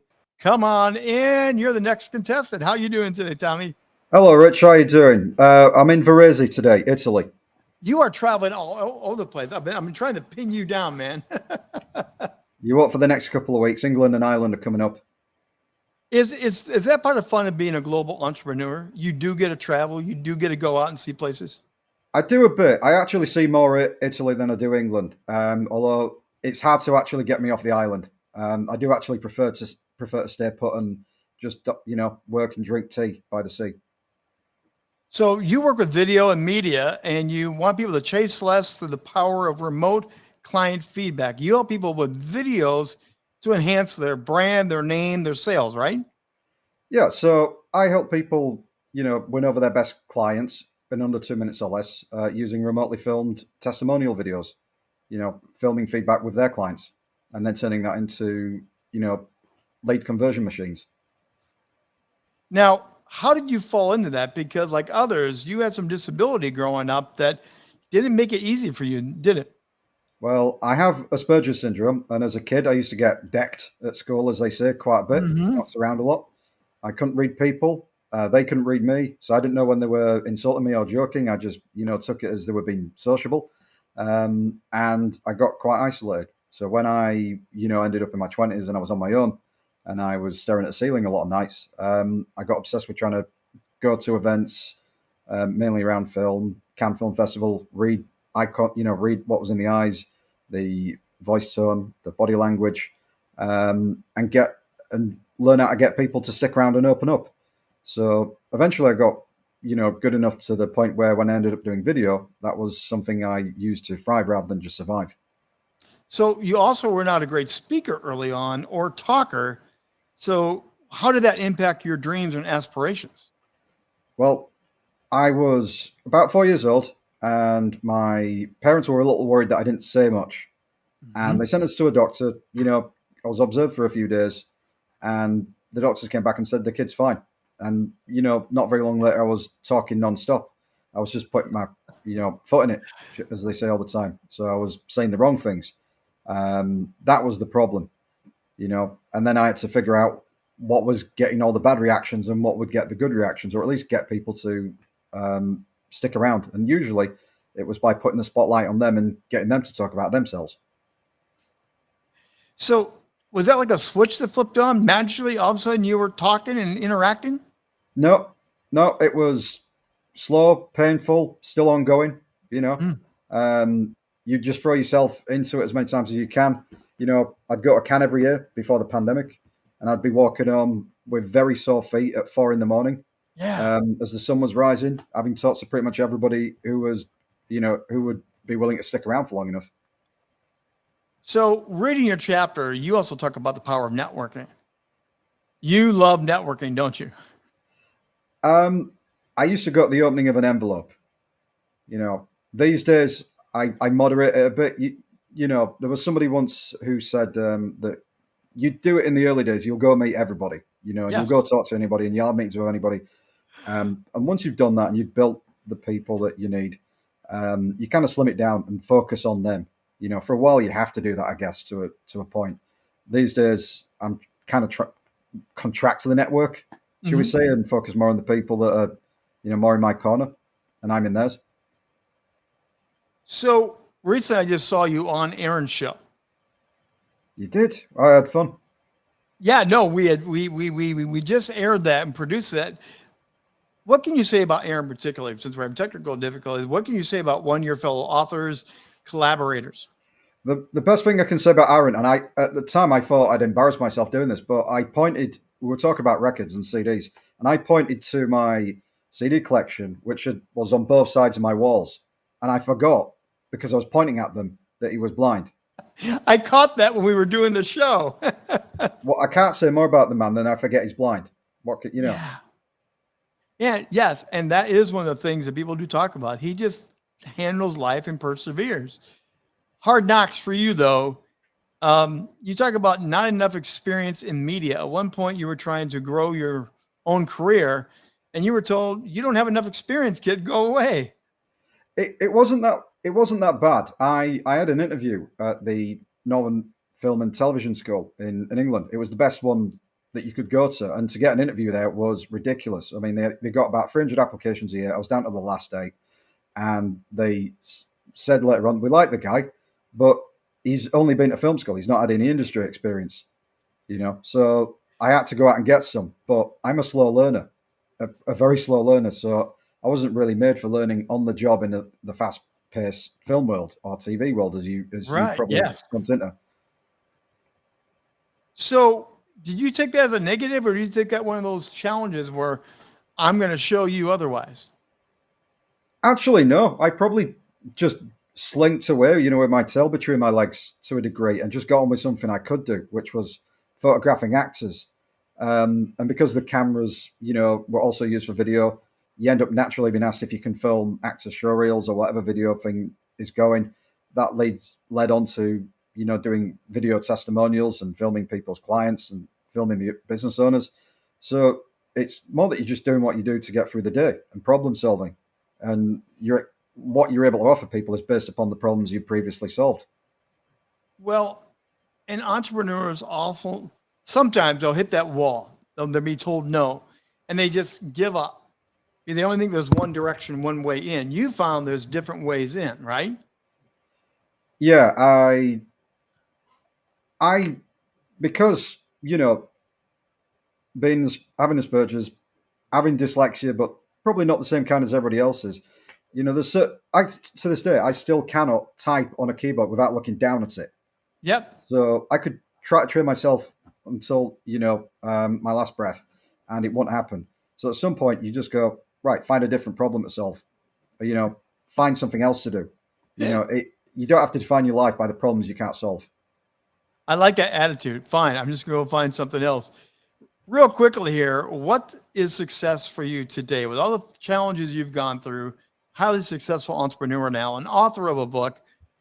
What is success for you? Well, where I live, nobody really kind of waves a big flag and says, you know, how great am I? You know, that's maybe, you know, back in the UK. Whereas Gozo Island, they tend to keep themselves a little bit low key. So, you know, I tell people when they ask me what do I do, rather than talk about business entrepreneurship, and I'll just say I'm a video editor. I like to keep it quiet, and I'm happy enough being able to help the people who are going out there and helping others. You know, I play like a backseat role in their success, and I'm quite happy with that. You know, I facilitate other people doing great things. Tommy, thanks for taking time to be here with you. What does this mean for you personally to author a book? A guy with dyslexia, what does it mean for you to actually have a book? Well, my dyslexia is mild, so it's not the kind of reading. It's more like coordination and multitasking and things like that. So, to be honest, I usually just get bored of doing long-term projects. You know, I like doing what I do because I finish it quickly. So, dragging me over the finish line to get a book done is quite an unusual ask. And had I not been nagged and pressured and reminded and, you know, cajoled, I probably wouldn't have done it. So I owe it to the, you know, Kiera and Lee to kicking my backside on it. But now it's done. It's nice to have done it because I enjoy the whole storytelling angle of it, and I've kind of taken that baton up and carried it on elsewhere. Tommy, once again, thank you very much. And we're going to spin the dial and see where we go next here on our amazing book launch, global book launch, 22 different authors, different countries. And a guy named Sean is going to beam on in here now and join me. Sean, great to see you. Hey, Rich, how are you? Sean, you are coming from Ireland, and we have a great connection. This is really awesome.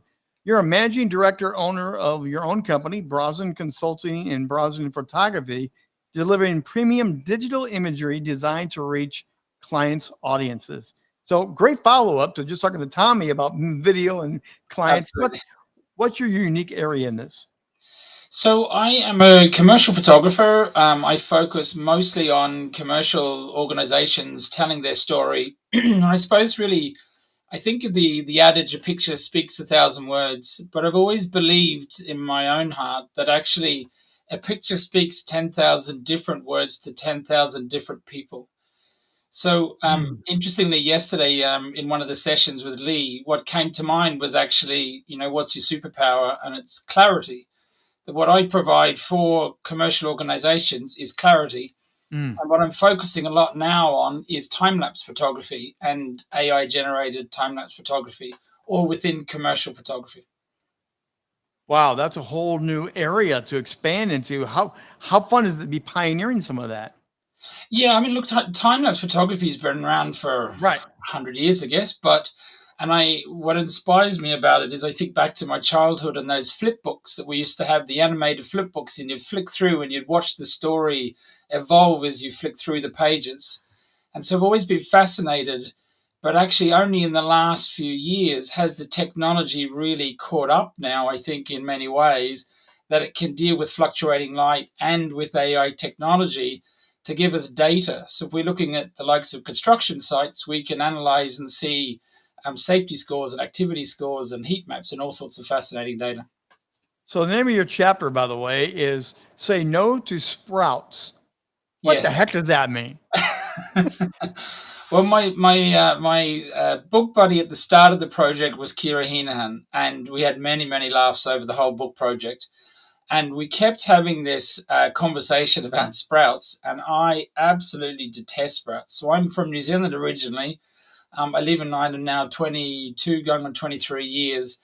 And I wear socks at Christmas that say, bright red socks that say no to sprouts. So I suppose in a way you could almost think of it as an accidental entrepreneur, that say no to sprouts is sort of an accidental entry to the book, I suppose, you know. I love that. Now, when I was reading your chapter, you said, I was a big thinker, and that didn't fit the Catholic world growing up. Absolutely. Can you expound on that a little bit? Yeah, I guess not to give anything too much away from the book, but being a big thinker, I always have, always will, I guess, ask why. Well, why do things happen that way? How does it work? What's the thinking behind it? But of course, back in those days in the 80s, asking those questions in a Catholic boys' school was just a no-no.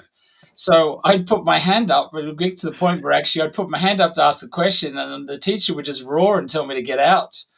So I spent more time outside the principal's office during religion class than I did actually in religion class. So, but I was like, but I have a question, like a genuine question, you know? Well, and you go on in the chapter to talk about getting a job. You were sort of brazen. Was that your natural personality, or is that something you grew into?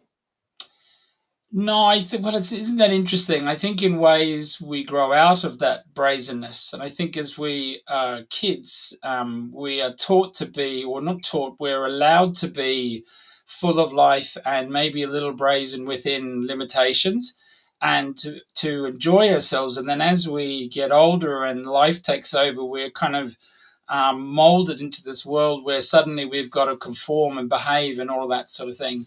So I left school at 16. So here I was 16 in many ways, thinking I was more mature, but I hadn't a clue. So I turned up at this job interview and started asking these questions. To me, I genuinely didn't think I was being brazen. Yeah. But when I look back now and realize what I was asking, I was like, wow, you were brazen. So as you wrote this, as you relived, just like you did right there, how did that feel as you wrote the book, reliving life from a different perspective? I found it very interesting. I think when the project started, I thought, oh, that sounds good, writing a book. I've always thought I had a book in me, you know, and I've always been a bit of a storyteller, I suppose, but I've never written anything. And I thought, oh, that shouldn't be too hard. Little did I know.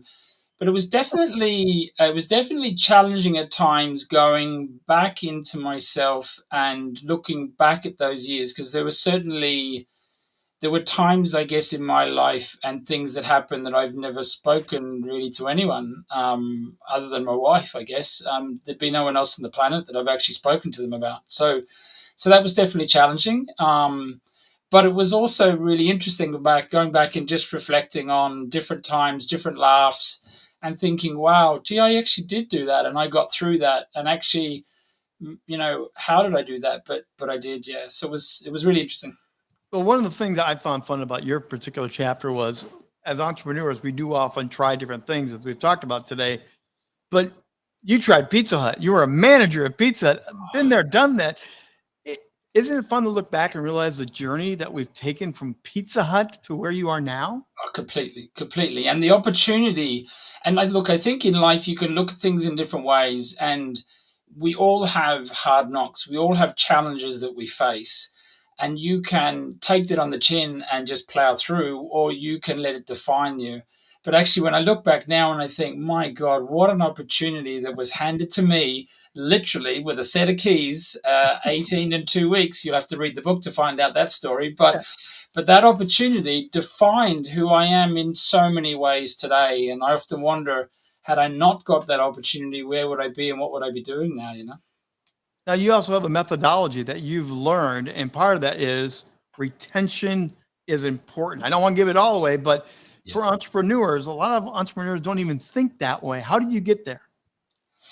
I've always thought that way. I've always believed that people are the key to every success, and that's relationships, communication, connections. Everything we do revolves around people and some other things that you'll find out more in the book, I guess. But so yeah, I just think it's so important that the natural extension of that is retention, and that should really come naturally if you are really caring about people, thinking about people, and understanding where you're trying to go with them.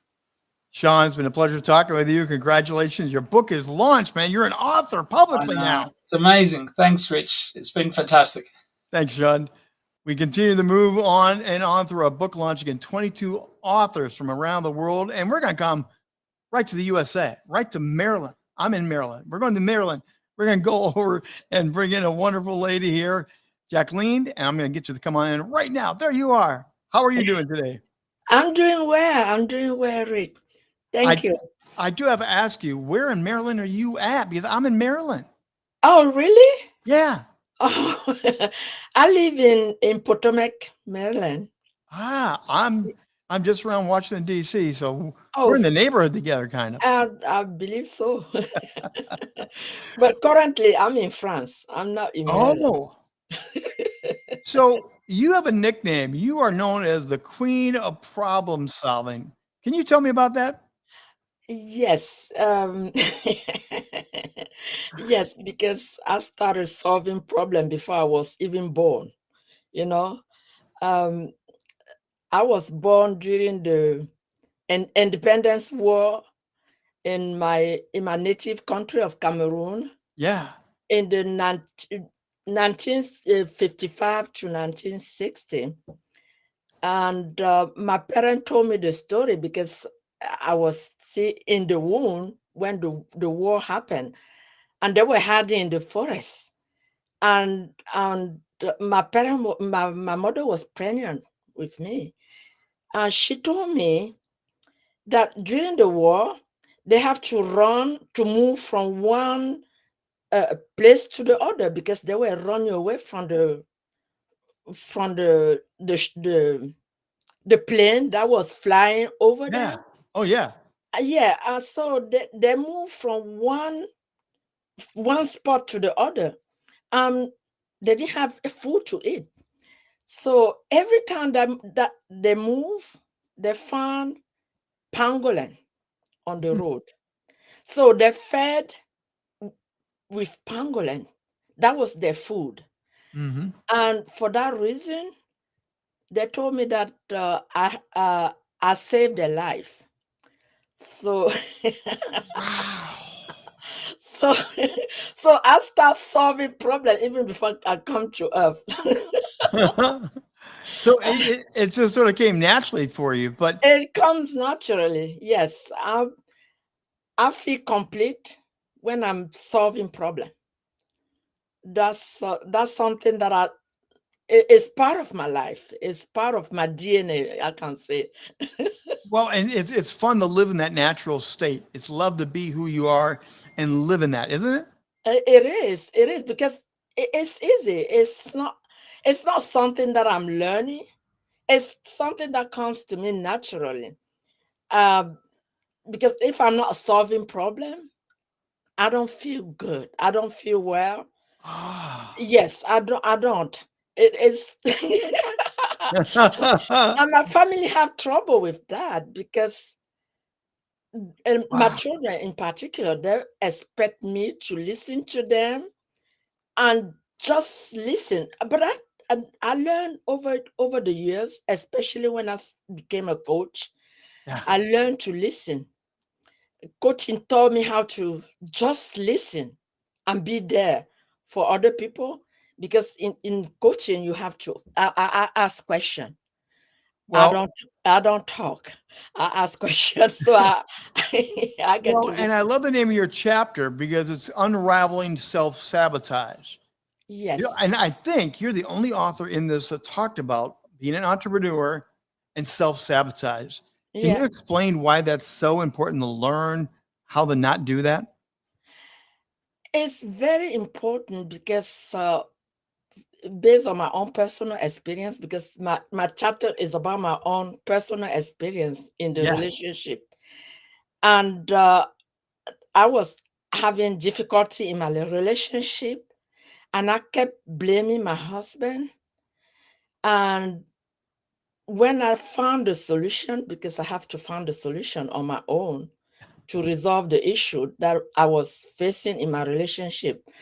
And it's at that time that I discovered, during the search for answer, that I Mhm. discovered that my relationship issue was all about me, not Yeah. my husband. But I kept blaming my husband all the time, and that's what we usually do in relationship. You blame your partner for everything that is happening, and I wasn't doing it deliberately to hurt him. I really believe that the problem was my husband. Yeah. But working on the issue, I discovered that I was the issue. I was the problem. I was Well, I was my own worst enemy. right. And in your chapter, you talk about we look at the symptoms. We look at the symptoms. We don't look at the root cause. The root cause of the issue. Yes, we don't look at the root cause, and that's what I found in my own quest of solution. I found that the real issue that I was facing came from my childhood. I have to resolve my past before I could live the present and plan the future. So And you that's also what I mentioned the did. power of coaching. I want to make sure I get this in here. You said coaching changed everything for you, having a coach. Can you Yes. explain that? Because that's powerful. Yes, coaching changed my viewpoint. It completely shifted the way that I see the things, because I'm not looking at somebody else for the answer. I discovered that I have all the answer in myself. So it is true. I discovered that I have all the answer of every issue that I face in my life. The answer is there. The only thing is to be patient and search for the right answer. And from that, ever since I discovered that, it completely changed my life. Not just change, it completely transformed my life. Because change it to me is like putting a coat down that is green and look for a coat that is red. But changing is completely transform that coat. And transforming is completely turn that coat into something different, like a dress or something. So that's exactly what coaching did to me. Because today I'm not expecting, if I come to somebody, I'm not expecting them to give me the solution. Yeah. I'm just looking for a second opinion. That's perfect.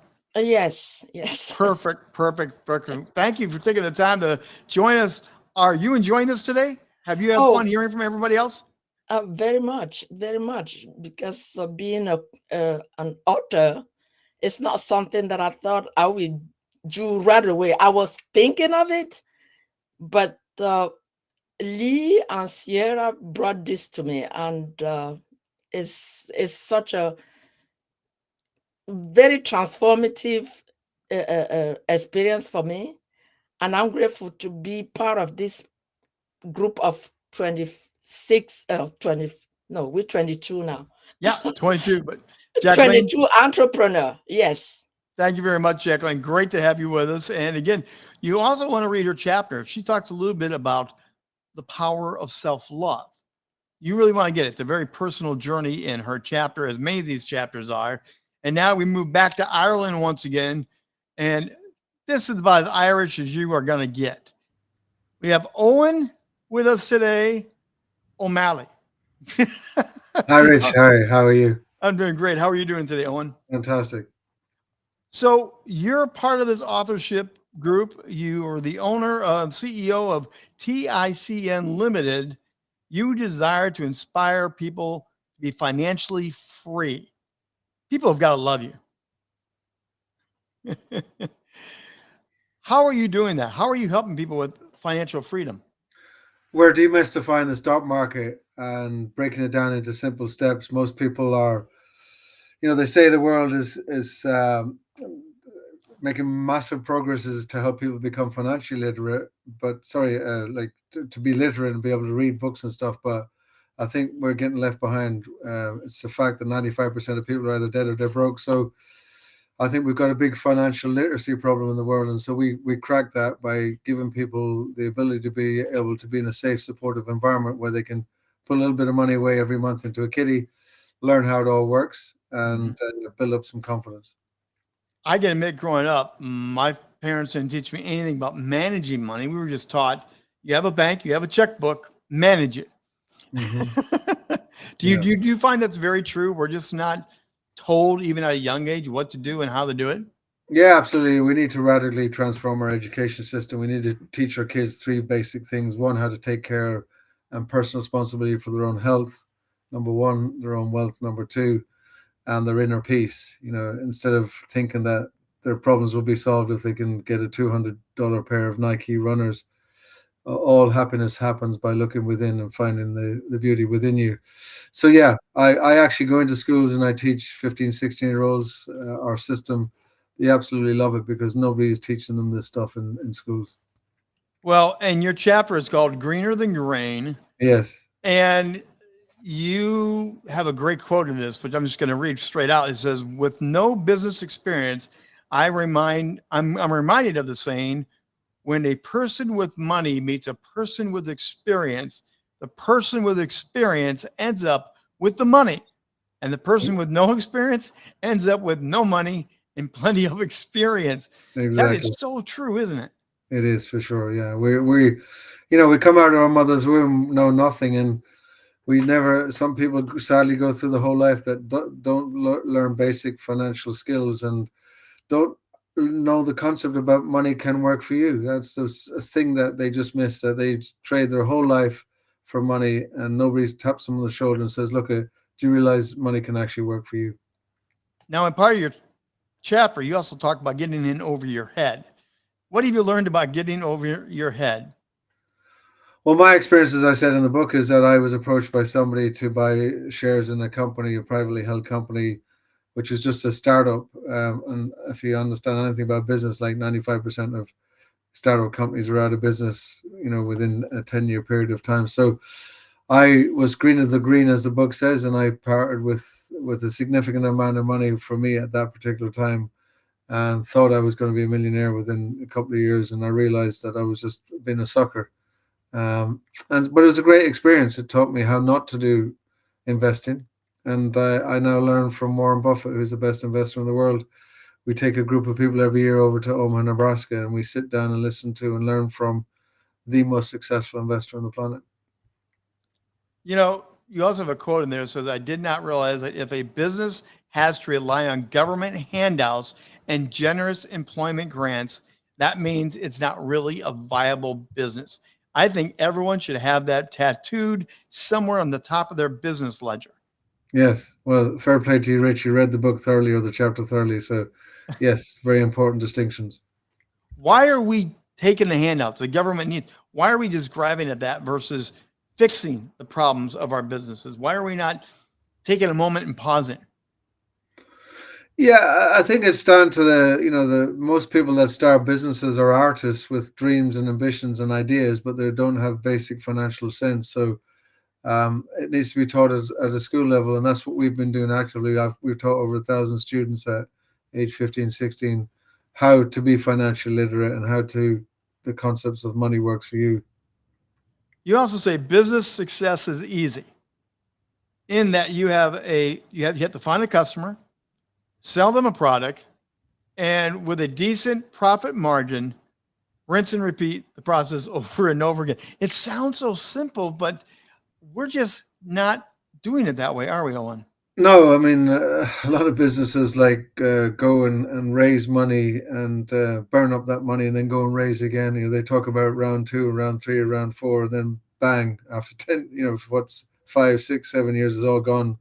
Instead of just starting from, if you look at old Sam Walton, a great example, the founder of Walmart, he started with one little mom and pop store, and when he died, his wealth went to his 3 kids, and they automatically became in the top 10 wealthiest people in the US. And he did a very clever thing from day one. He made sure that his employees took 6% of their salary and put it into shares in Walmart.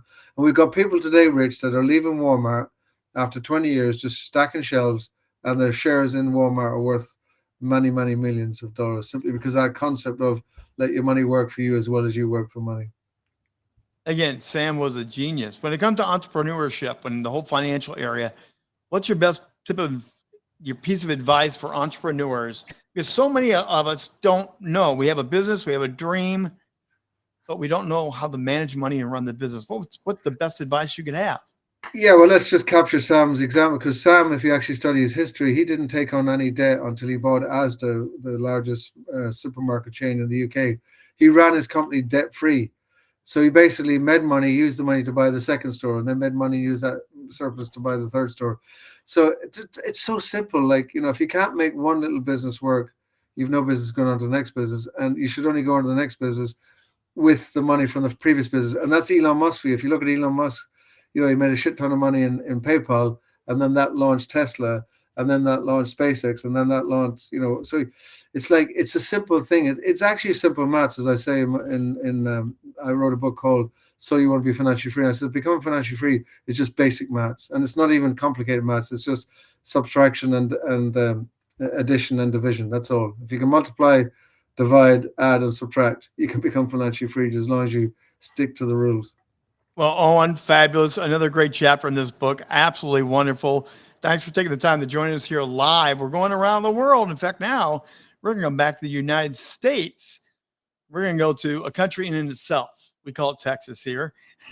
And Sandra D. Robinson, my dear friend, is with me. How you doing, Sandra? I'm good. How are you? This has been fun. This has been a blast. What have you gotten out of this so far? Because not everyone's read the book in its entirety, but what have you gotten so far? Yeah, I haven't got to read the book in its entirety either. So I'm really looking forward to, I mean, even now, there are some people that sat here today and just gave some little hints as to what the chapters was about. I can't wait. And I know the entire experience. I mean, I have to make a point to say that I work with people in leadership, self-leadership, and the best example that I have seen of that is Lee Anywhere. To be able to do what he has done. At times, this has been like herding kittens into a paper bag. Okay. 22 entrepreneurial minded, creative minds going in different directions, good at some things, not good at other things, trying to get everybody on the same page. But we do have that support within, which is fantastic. But he really has led everybody in this feeling of just being safe and feeling supported and encouraging us to do so. And Kira, of course, encouraged us to go deeper than we ever would have gone, because that's just who she is. But that's what makes it really a different and very special book. You know, these chapters are not dry chapters. These are chapters that will take you. Yeah, you know that you read a couple. You're like, oh yeah, no, this is not what people would expect. No, these are really authentic. Some of them pull the mask way off, and it's really great to read it. For people that do not know who Sandra D. Robinson is, actress. She is also known as the charisma coach. She guides entrepreneurs to be uber confident and persuasive on stage, screen, and sales as well. And the title of her book, I didn't really get a title out of this, but Sandra, you really did go deep in your own personal journey about a child of age 13. Yeah. You wrote about the pain of being bullied, the impact of hurtful words, and even as an adult now, you're an actress. You've done so much. You've said in the book, it still lingers. Yeah, I think, overall, because, Lee gave good advice, and so did Kira, when they were saying, how, to think of how to write your chapter. Who is it that you feel you are most here to help? And a lot of times that whole phrase, your mess is the message. Right. So the toughest thing that I had to go through, and the reason that I have become known as the charisma coach, and I teach confidence and talk about charisma quotient and all of that, is really people have that high quotient of charisma and a magnetic factor when they are being the most authentic, when they own everything that they are. And in order to do that, I think a lot of us are held up by stuff that was given to us that doesn't belong to us when we were young, whether it was being bullied, or whether it was having a parent that didn't want you, then told you that. And, there were so many things that I decided to include in the chapter that even as I was writing it, I'm going, oh, I don't know if this is too deep. I don't know if I should do this. But in the end, I think I just want people to realize that quantum leaps can happen. But I think we have to shed the light ourselves on what is really holding us back. And when we do that, and we surround ourselves with great people like the folks that are, in this book, this is a perfect example. We can reach those levels of where we want to go so much faster. That's like that quantum leap. It can just happen. Well, and you also write in your chapter, I gave power away to the words that never belonged to me in the first place. Yeah. We often do that. Oh, I did it. We hear the no's more than the yeses, don't we? Yeah. And isn't it ironic that I ended up, my first career from age 11 was an actress. Okay, just for those that don't know the business, my booking rate was really high. I still failed at 8 out of 10 auditions. I did not book the vast majority of my auditions at all. And sometimes there would just be silence. You'd like walk out going, yeah, I nailed that. And you're on your way home going, did I nail that? 2 weeks later, like, guess I didn't nail that. So it definitely can set that expectation of failure and wondering, do I deserve to fail? Do I deserve to succeed? So it's a brutal business for me to have entered with the mindset that I had at the time. So it was sort of torturous, but at the same time, I'm glad I did. I'm glad I experienced it. You also said, I believe there was something way deep inside that fueled my success. It was evident in those moments that I found strength, sometimes for mere seconds, that changed the trajectory of my life to a path more aligned with who I was born to become. I believe this force is something every human has. So often we unknowingly deny it, and success is only in our mind. Wow. Tell us about the inner journey to know that truth. Looking back, and this again, thanks to Lee, because Lee was pressing us. There's a formula that you used for your success, a formula that you used to get over the stuff that is now allowing you to express yourself. And I went, no, I don't have a formula. I don't have a formula. And a few of us sat there and wrestled like, no, I don't. It's not like the blueprint that I give to clients when I'm helping them to get on camera. It's what did I do? And a good part of that, I think the thing that I can share today is literally what you read there, the bravery that was just seconds. It takes just a few seconds to be given an opportunity and say, yes. And you figure it out later. My first speaking engagement, I said, yes, I can do that. I can speak to all these people. Yes, I have a 90-minute keynote. Yes, I can sell people into a 3-day retreat or whatever. I didn't have any of that. So you didn't officially have a title of your chapel, but what I got out of it was soul power. You went back into the soul, the strength, and I think from reading it, you want to encourage entrepreneurs to go find that for themselves. Yeah, that means to be quiet. So the other part of my business that is nature-based, I teach self-leadership in a nature-based environment. Yeah. And that is working with horses. You had Katerina on earlier. So another fellow horse person. Isn't she fun? So there's something to be said about really just taking the time away from the rush and the craziness, whether you're in a job and you're building something on the side, or whether you're in your business completely. That rush can seem like it's constant. And then you get up, you rinse, repeat, do the same day over again.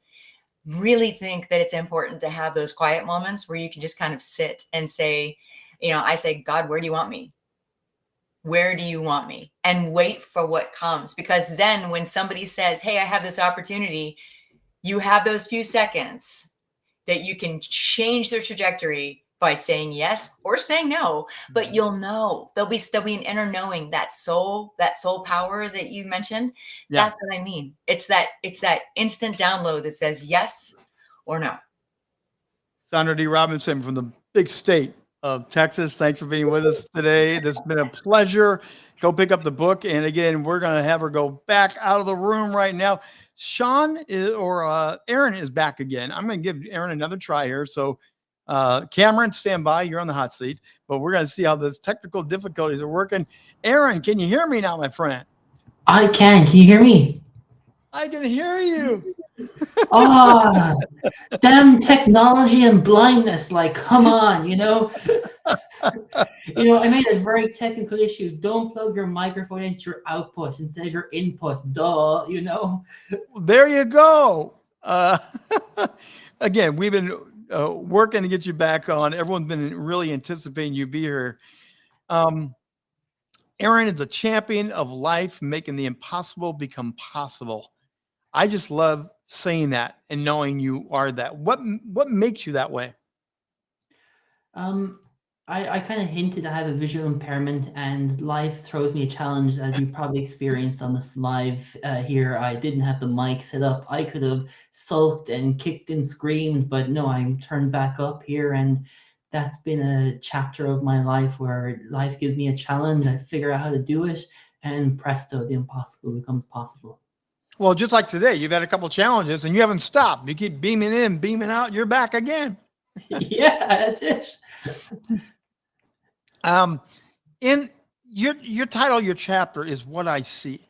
Mhm. Now, you're mostly blind, dude. Why are you writing a chapter about what I see?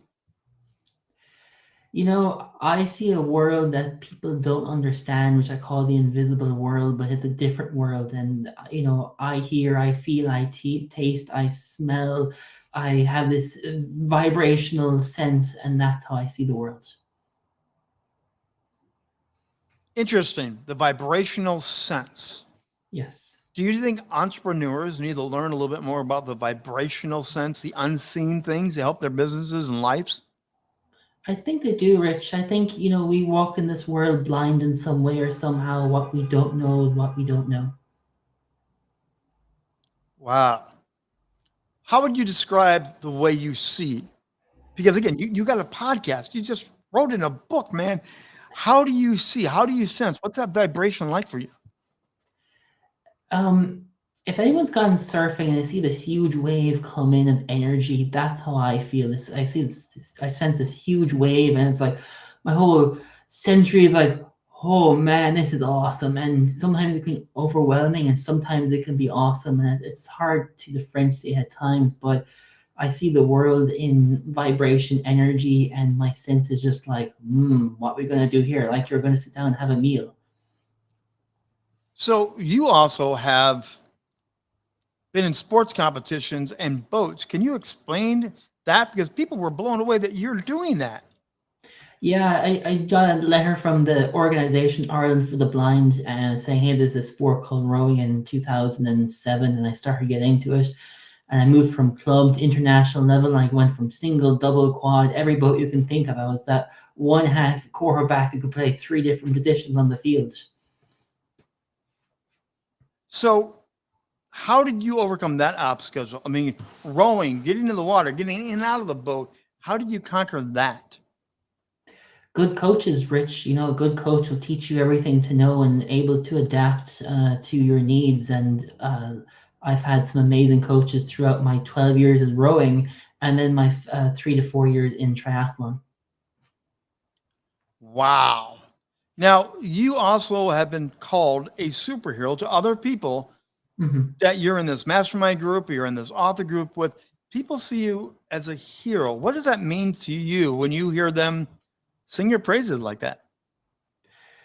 Rich, it took me a long time, and probably in this last year it was hard to understand why am I here. I show up who I am and I breathe so naturally. But yeah, people say, Aaron, you're invincible, you're incredible, you're amazing, and the list goes on and on. And to be honest, my soul and everyone's soul in these groups and in the world, we all dance together. So they see the brilliance of my soul, and I see the brilliance of their soul, and that's why I call it the superhero. Well, you may not be able to see it, my friend, but Sandy Hart just put in the chat, yes, Buzz Lightyear. you are an action figure and an author. What inspires you? Because you have this compelling thing you talk about.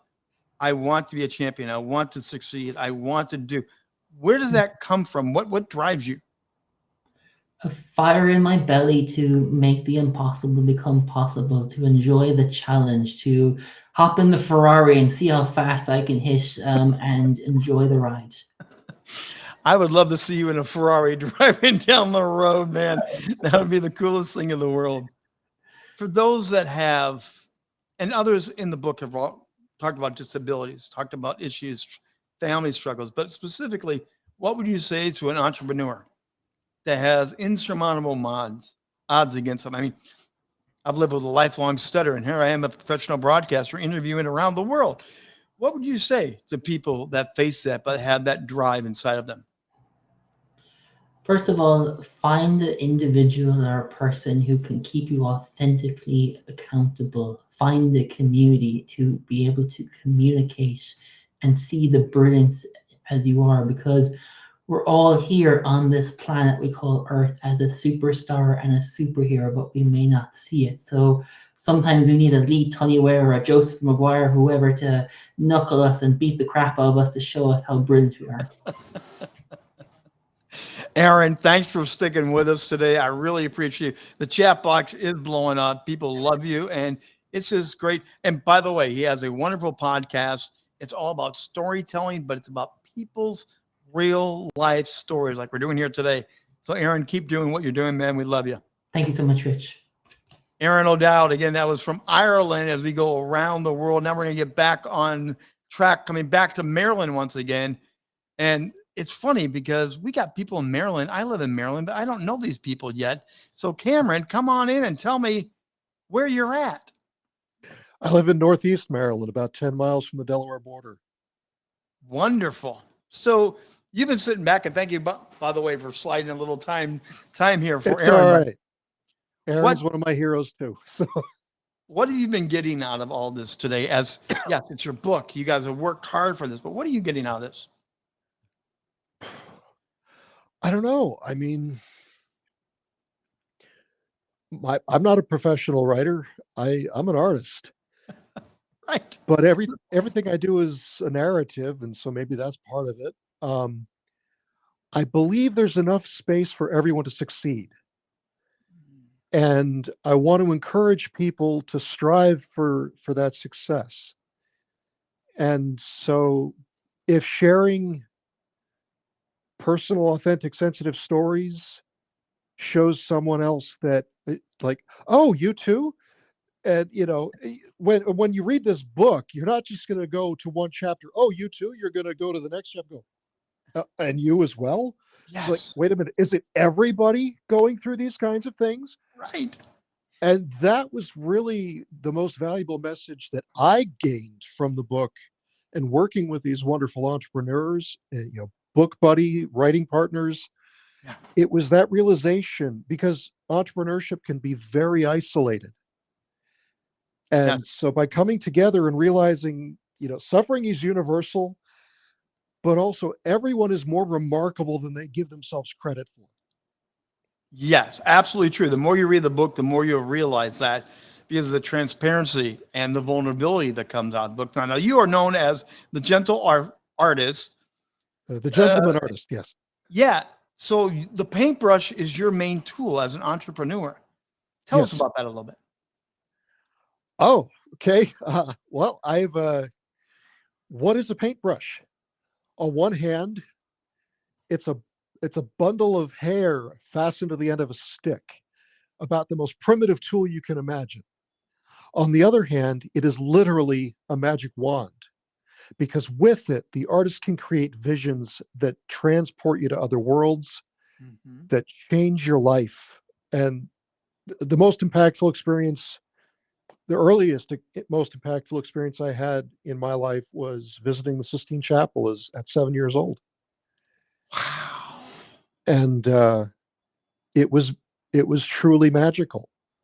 It was in that moment my fate was sealed. I was in that space, surrounded by, adults. Everyone's bigger than me at that point. And this was before the restoration, so it was still all smoky and dark and mysterious from centuries of candle soot. And the restored Sistine Chapel is marvelous and wonderful, but I still feel like we lost something when it was cleaned up. Yes. But I stood in that space. I didn't understand a lot of what I was looking at. Because of the darkness, it was difficult to see a lot of what I was looking at.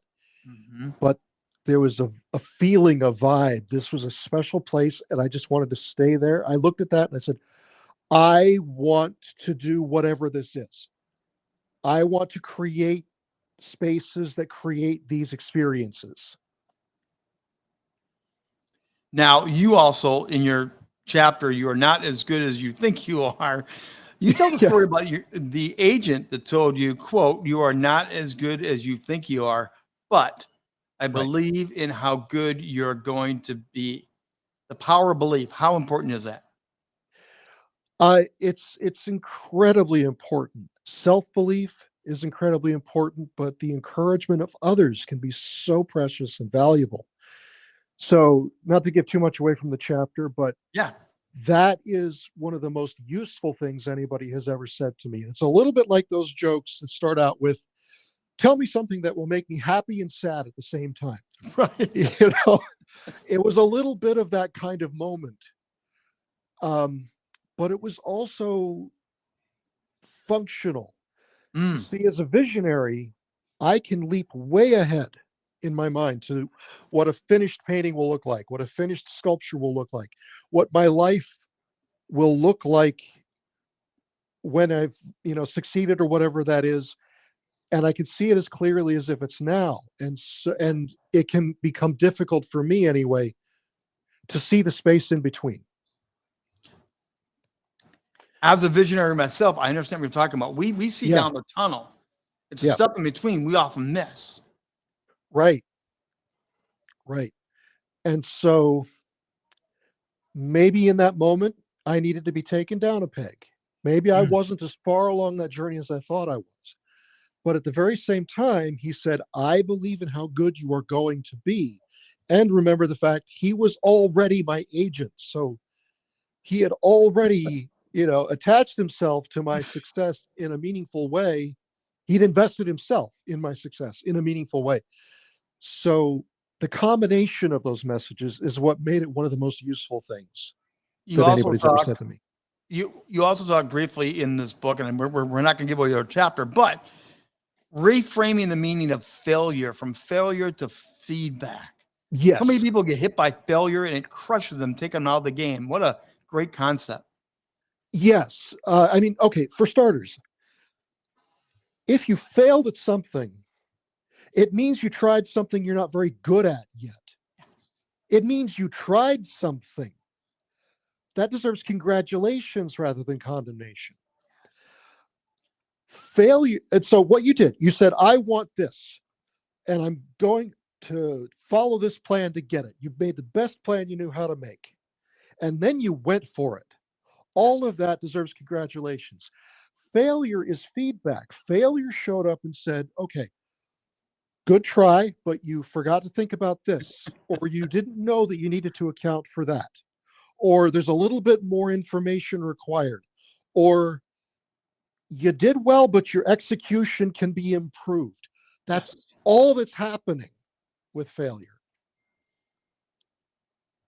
There's a lot of entrepreneurs that consider themselves visionaries. I've been tagged that myself over my career, but translating the vision into action is one of the hardest steps for many entrepreneurs. You are a visionary. You can see the blank canvas and you know what you're going to do there. What advice would you have for those that are in that place of, I see the vision, but I can't articulate it? I can see the vision, but I can't articulate it? Yeah. Tell other Wow, people. okay. Bring them into the vision. Find the language.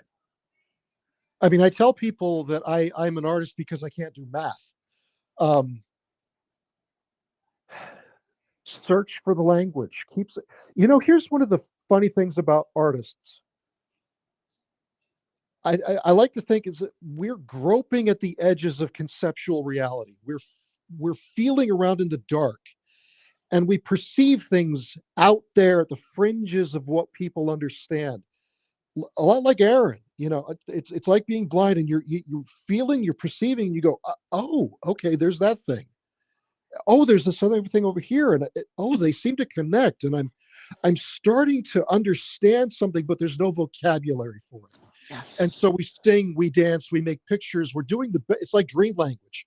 We're doing the best we can to articulate something for which there is no language. Yes. Find your language. Search for how to articulate the value of what you do.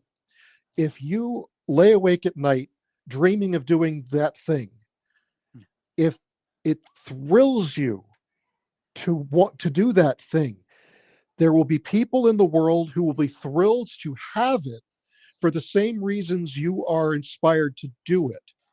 So what you're looking for is the vocabulary of your tribe, of that group of people. Cameron, that's a home run right there. Thank you very much. Was doing this book, being a part of this, fun for you? Sure, because it pushed you. It pushed me, and I think everybody got pushed by it. We all wear masks, right? Yeah. And especially as entrepreneurs, especially as professionals, there's the person and there's the persona. And so most of us started out in teacher mode. It's like, here's the lessons I've learned as an entrepreneur. Now go do that. And Kira and Lee kept pushing us like, no, that's not what we're doing here. That's not what this is. Tell your authentic story. And that's really frightening. Yes. It's like, what if people know these things about me? And it was like, yeah, that's the point. Because what we want them to know, this is why I really got invested in that part of it. Yeah. If me sharing something that may feel embarrassing to me shows someone else who's on the verge of success, whose life could be changed in an instant, that they're not alone, their experience is unique to them, but it's not thoroughly unique. Yeah. And if they read and go, oh, wow, it's them too. Yeah. And they're where they are, maybe I can make it too. That's why I did this. That's what I really want. That's why I went all in with the emotional revelations and things that I haven't even told family members. Well, Cameron, thanks for taking the time to do it. Thanks for putting it all in there. It's a great read. Yeah. Congratulations on your book launch tonight. Thank you. Thank you, sir. Back to Ireland we go now, and Anna is going to jump in and join us. And how you doing this afternoon, this evening? What time is it there in Ireland? I'm good. It's 10:20. Apologies, my internet probably not the greatest, but yeah, it's 10:10. I'm well, delighted we're going to get right here. into it here. You are an EMCC accredited executive coach, faculty member of Kingstonstown College. And your thing is decide, commit, succeed. That's what you're all about, right? That's it. Yeah. Even so, I am honored and privileged to be in Kingston College as a faculty member. But decide, commit, succeed came from my own experiences and I guess my career in strategy and operations. But I have many hats. Many hats. Well, your chapter is one I really love. It's the passion-driven entrepreneur. I love passion. I love entrepreneurs that ooze out their dreams. Tell us about why you wrote this chapter. It's my internet, I think. Oh. Your question. Can you hear me? Yeah. Yep. I'm able to hear you. Tell us about why you wrote this chapter. I really can't hear you so bad. Hear me is because I can't understand anything. Sorry. I can hear you. Technology for you. I can hear you. Yeah. Tell us about I couldn't understand your question, Rich. I'm sorry. Okay, let's try it again. Tell us about your chapter. My chapter. It was very challenging, Rich, to say the least, right? And I never thought that would be, because I love challenges and I embrace them and go forward with it. But as somebody who loves storytelling, especially storytelling through family albums, it's something that we do in my family. And my chapter is an honor to my grandparents and my parents.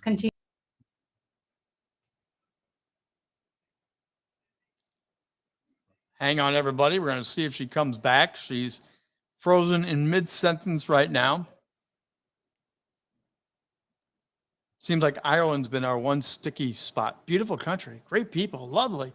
But it seems like the technical bugs have been popping up in Ireland. So what I'm going to do right now is beam her off stage, and we will continue on here. And we are going to go back. And coming up next is going to be, back to Canada we go.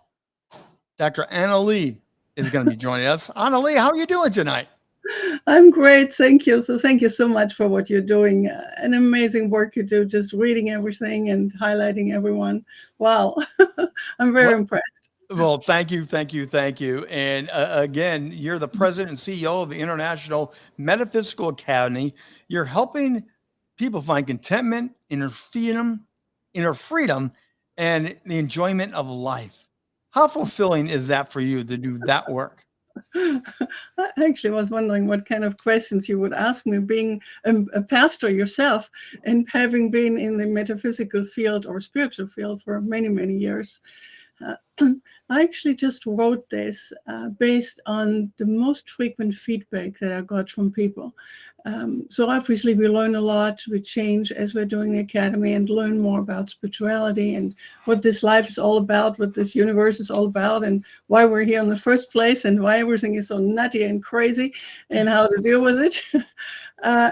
It is something that I was called to do, I agreed to do, and I know that sounds a little goofy maybe for some people, but I was agreeing to do this kind of work and establishing the academy before I came here, before I was born. And I just recently learned that I have fulfilled this agreement or task or contract. And the information and the knowledge that has been shared through and is shared through the academy will be even more looked at and wanted after my physical disappearance. Well, your old chapter is called Spiritual Leaders, and you admit that you ask spiritual questions early as a child. You asked them in your midlife and everything. You've been seeking and asking and knocking on the door of God saying, tell me more, haven't you? Yes, and I'm still doing it. I'm still asking lots of questions.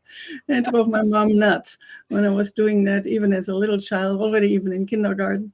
But I think that's important for us to ask questions and not just live our life without thinking, without observation, and without establishing some goals for us regarding our real purpose here. And many live their purpose through their business.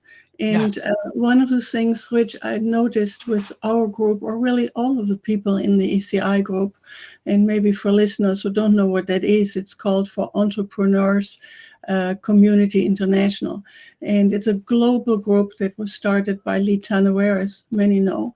And one of the things I noticed is that so many of these people and of us are including in their mission statements, in their work, what they want to do in their life as a contribution. So many people use now spiritual terms like things that are relating to mindfulness, to caring, to love, to authenticity, to giving, to sharing, to supporting. Now, these are all spiritual concepts, and there is this huge awakening happening worldwide. Just yesterday, I talked with one of the ECI members, a very successful business person, and she said, you know, a year ago, I would have never wanted to meet with you because I don't know what the heck you're about and what you do, because she's very much into left brain business enterprise. But then she said about a year ago, I had some very life disturbing incidences in my life. And I started to ask questions, and I thought maybe I should reach out to Annelie. Maybe she's helping me to make some sense of this. So this is something that's happening everywhere. People are pausing and recognizing there's way more to this life than what we see. And you know, I have the privilege as a therapist and coach and facilitator to share with people what I know and assist them in their journey. And I don't know anything that is more so fulfilling for myself and vital for our survival. Well, and I love when you put in your chapter, because the business world, the business and spiritual for a long time was kept separate. Mm-hmm. And there is a hunger. It seems like people are coming back together to blend them back together. But you put in there, you talked about the unanswered prayers. You would pray and seek guidance. It was silence. And it was also, your mother wasn't exactly the best coach and encourager in your younger life. So you had unanswered prayers. You had silence from God and a negative mother. But you continued to seek and look for it. What did that do for you? How did that help you as an entrepreneur, as a global leader? How did that framing of negativity and silence help you move on?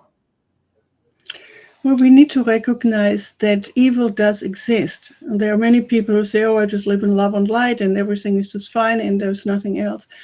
And looking back at my life, I had such a privileged life, and all the pains and the disappointments and the harassment and misrepresentation and you name it. You had it.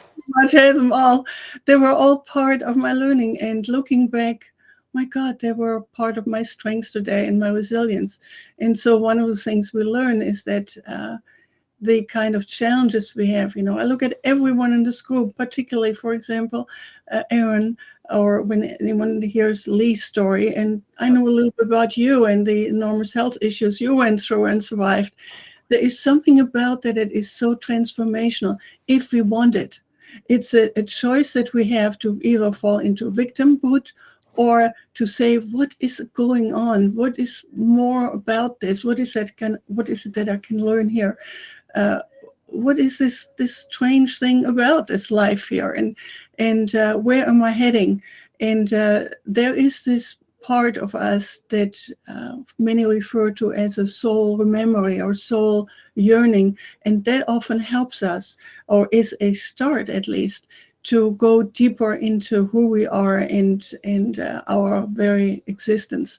And I'm just very happy that I am who I am or have become. So really quickly before I let you go, I know you write prolifically. But this is a different writing. This is a bit different book. Yeah. What was it like for you to dive into your own story and put it out there for other people in this particular format? Well, to tell you the truth, and obviously I tell you the truth, it wasn't difficult. I'm a therapist. I have done my review of my life 1,000 times.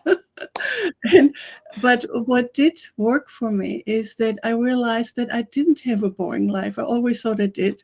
And I just realized, my God, the level of the depth and the experiences and the travel and the people, my connections all over the world, they're phenomenal. I didn't know. And I also realized my strengths. I didn't really realize and have the level of ownership of who I am today before I wrote this chapter in my book. So it really has strengthened me in a way that I feel more on my own authority. And that's a great gift. And I want to thank Lee for starting this crazy journey.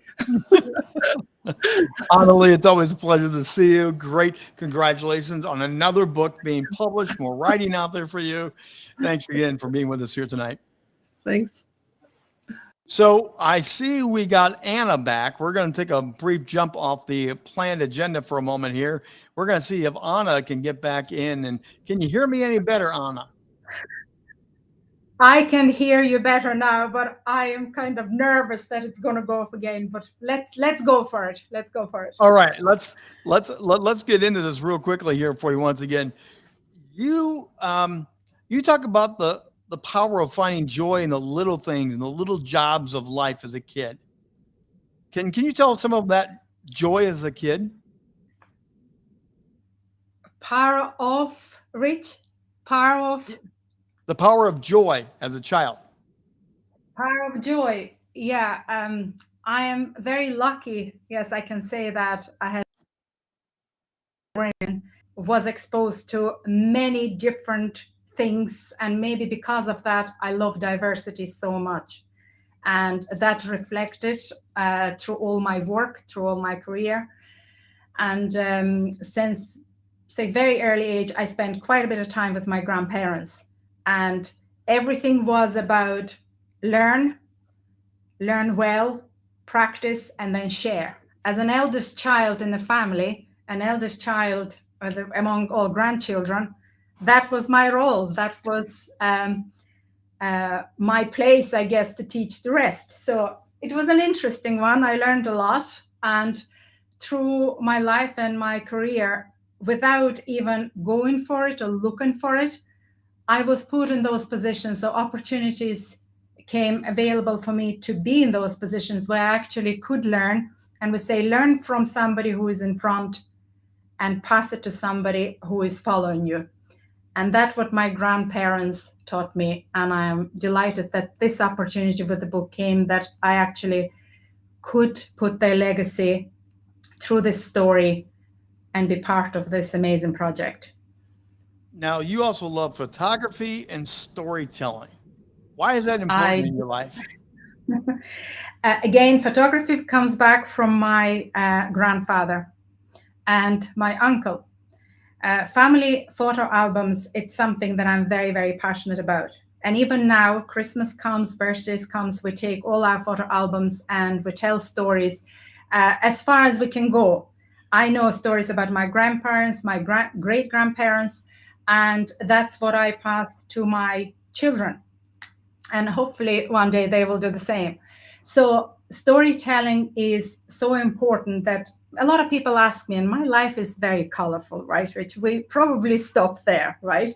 But a lot of people ask me, will I write a book? Or I should write a book? Or maybe I have a couple of books already that I can write. Always wanted to, but when this opportunity came, I said, yeah, I absolutely anticipated the challenge.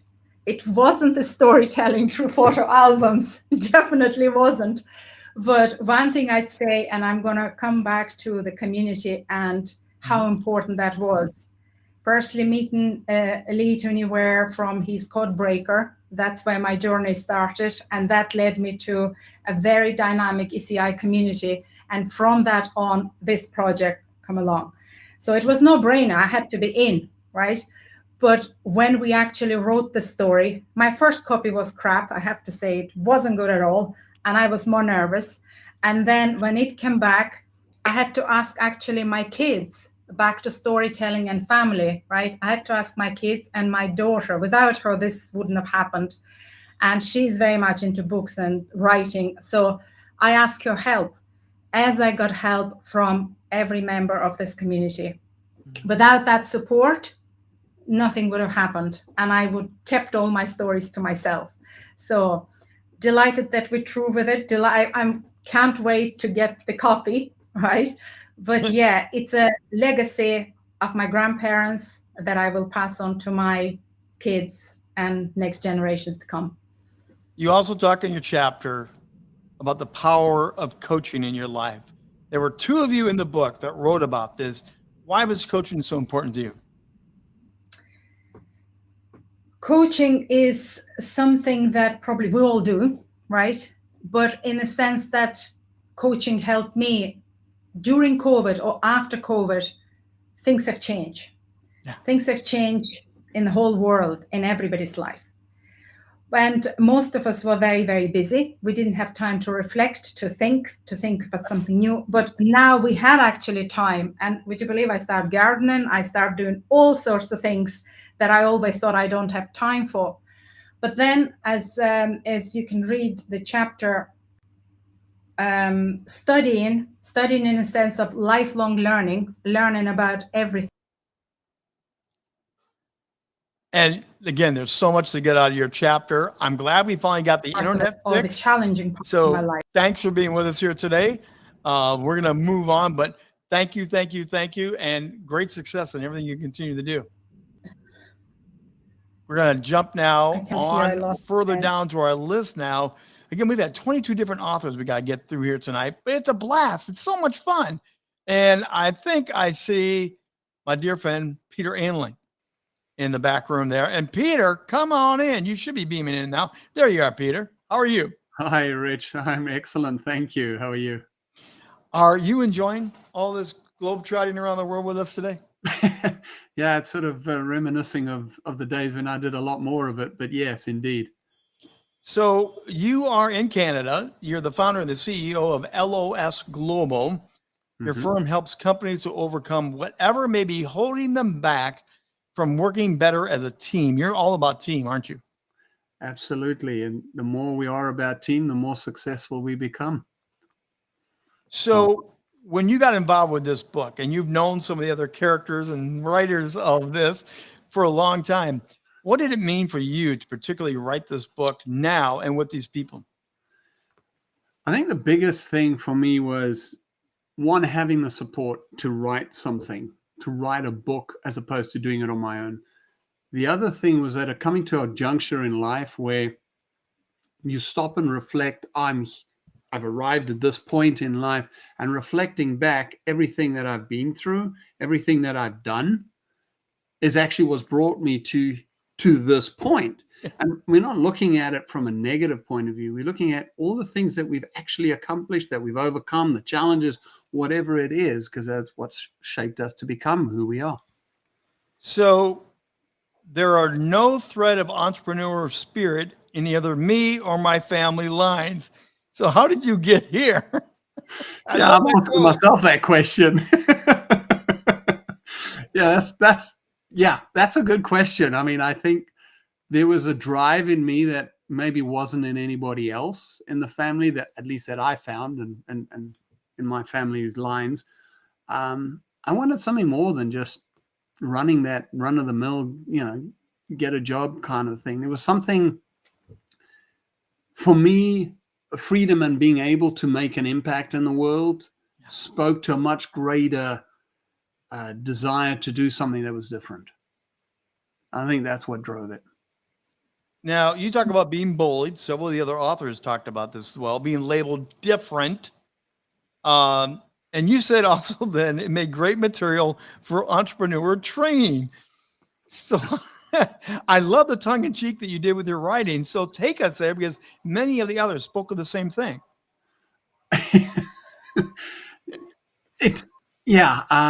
Tongue in cheek. The one story, and I'll just, without giving too much of it away, is when you're told that, you're not going to be successful because you can't speak, let alone write English.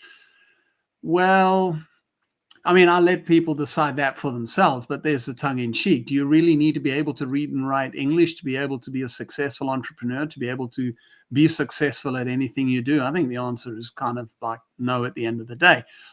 But it's something that developed over time. I mean, I learned, I read, and I spoke to people. You pick up, you learn things as you go. So, I mean, those who think my English is great and all of that, I applaud you. Thank you very much. I'm grateful for that. English isn't my first language, but we won't, I'll let you figure that one out. Now, you also, the next adventure, finding a job in South Africa, was part of your journey in life. In the 1990s, a young man, you're a white man, you make it very clear in the book, white guy, no easy mission, going to Africa. What was that like to be trying to find your path, find a career, but be in a foreign land? Well, let me just correct something slightly there. It wasn't a foreign land. I was born in South Africa. Oh, that's right. So I grew up in it.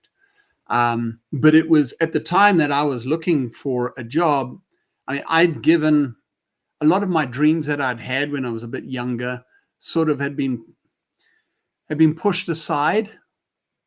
And it was, well, I have to go and get a job. I mean, that's what everybody did. You finish your university degree, go and get a job. You got to make some money. And that, I guess, was the challenge, trying to fit in and really learn. But it was about persistence too. You learn you have to keep going. Otherwise, what are you going to do? And the persistence eventually did pay off after several months of looking for work. Yeah. Now, go back to the beginning. You're all about team. And everyone's talked about this amazing team of authors and writers and influencers. Yes. What's the biggest thing that you've learned from the others in this group? Ooh, the biggest thing, I think. I'm bringing you the hard question because I know you. I think the biggest thing that I not only learned, but actually validated for me is to get through what we did, you had to lead ourselves first. And I had to lead myself first. I had to, okay, well, what am I writing here? Anna mentioned her first draft of the chapter was, well, let's not even go there because mine wasn't viable. Let's leave it at that one. But how do you lead yourself first? Yes, you got the encouragement, but you still got to do this work. So then we bring the team element into it. Okay, well, my book buddy was Paula, and she mentioned that earlier. Yeah. And we would just chat and go backwards and forwards and say, well, there's this part here. Yeah, but there's that part of my life. And how am I going to do that? And that team aspect of having somebody there, because we then interacted with some of the other authors in various groups to try and flush out what we were doing. Yeah. So when you try and do something on your own, it kind of been daunting. I mean, yes, there's people who write books on their own, and great, and I'm not knocking that. But I'm not a writer. I mean, I told you earlier on my English was, well, anything but. Anyway, so I'm not a writer. When you've got a team of people that are there, that have got your back, that are rooting for you, that want to be supportive, that give you feedback, get ideas, we throw things around, we share ideas. Oh, yeah, that's great. I can use that. Oh, yeah, actually, that's a good point. I could write about that. I could add that to the, how do I develop my own story? And when you can do that as a team, as a collective, well, I mean, I think the book speaks for itself.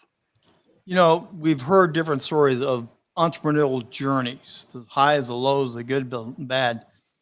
And I haven't asked this question yet of anyway, but is it fun to be an entrepreneur, setting your own course, doing it your way? Or is that one of those things that also is a pain in the backside? Well, let's go to Frank Sinatra for a moment, shall we? I did it my way, baby. There you go. I mean, is it for everybody? No, I don't think it is. I mean, I was driven. I wanted to achieve things. I mean, I've done so many different things in my life. I wanted to do them. So entrepreneurship, well, having nobody in my family who was an entrepreneur wasn't the issue. I, believe it or not, I only realized that when I started writing this chapter, and I looked through it and I went, oh, okay, well, I'm plotting my own course. When you look at, one of my childhood ambitions was to be a pilot. Yeah. And so I wanted to fly. I mean, well, what does flying mean? I mean, the reality is flying, there's a sense of freedom. I remember back when in my mid-teens, I was flying a glider. I was in a glider, and there is something very unique when you're in a glider.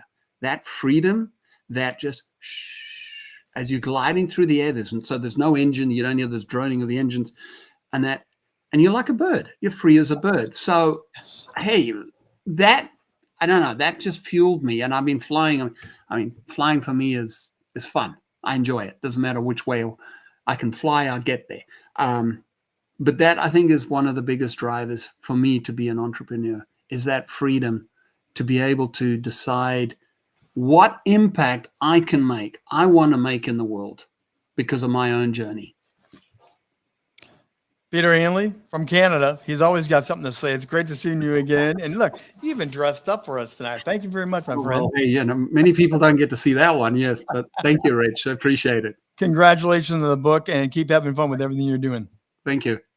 We continue on in our journey here tonight as we are celebrating the launch of this amazing book. We're going to stay in Canada right now, and we are going to go bring in Sandy Hart. And Sandy does not know this, but I just watched you and Aaron O'Dowd, and we launched your podcast episode today. Absolutely, we did. What an incredible day I am having over here in the fall and the leaves coming down. What the harvest. Yes. So you are a sales synergist. Yes. Love you take the sleaze out of sales one person at a time. I love your hashtag on that. What does that really mean in practical terms? Well, I grew up in a very law-abiding home where my mom was court administrator and justice of the peace. She literally signed search warrants and released prisoners. And my father was the senior game warden and special constable to the Royal Canadian Mounted Police. Wow. And sales, especially real estate people, were second only to lawyers as far as my father was concerned. And my dad, yeah, he's my hero. My mom also was my hero. So it was tough. It was tough to go into sales when you grew up in a world where, oh, it was not good, Rich. Well, okay, Sandy, you launched your chapter with a deeply profound question that I wanted to just throw on the table. It's great, but it also impacted you personally for a very long time. The question was, who are you and do you know? Yes.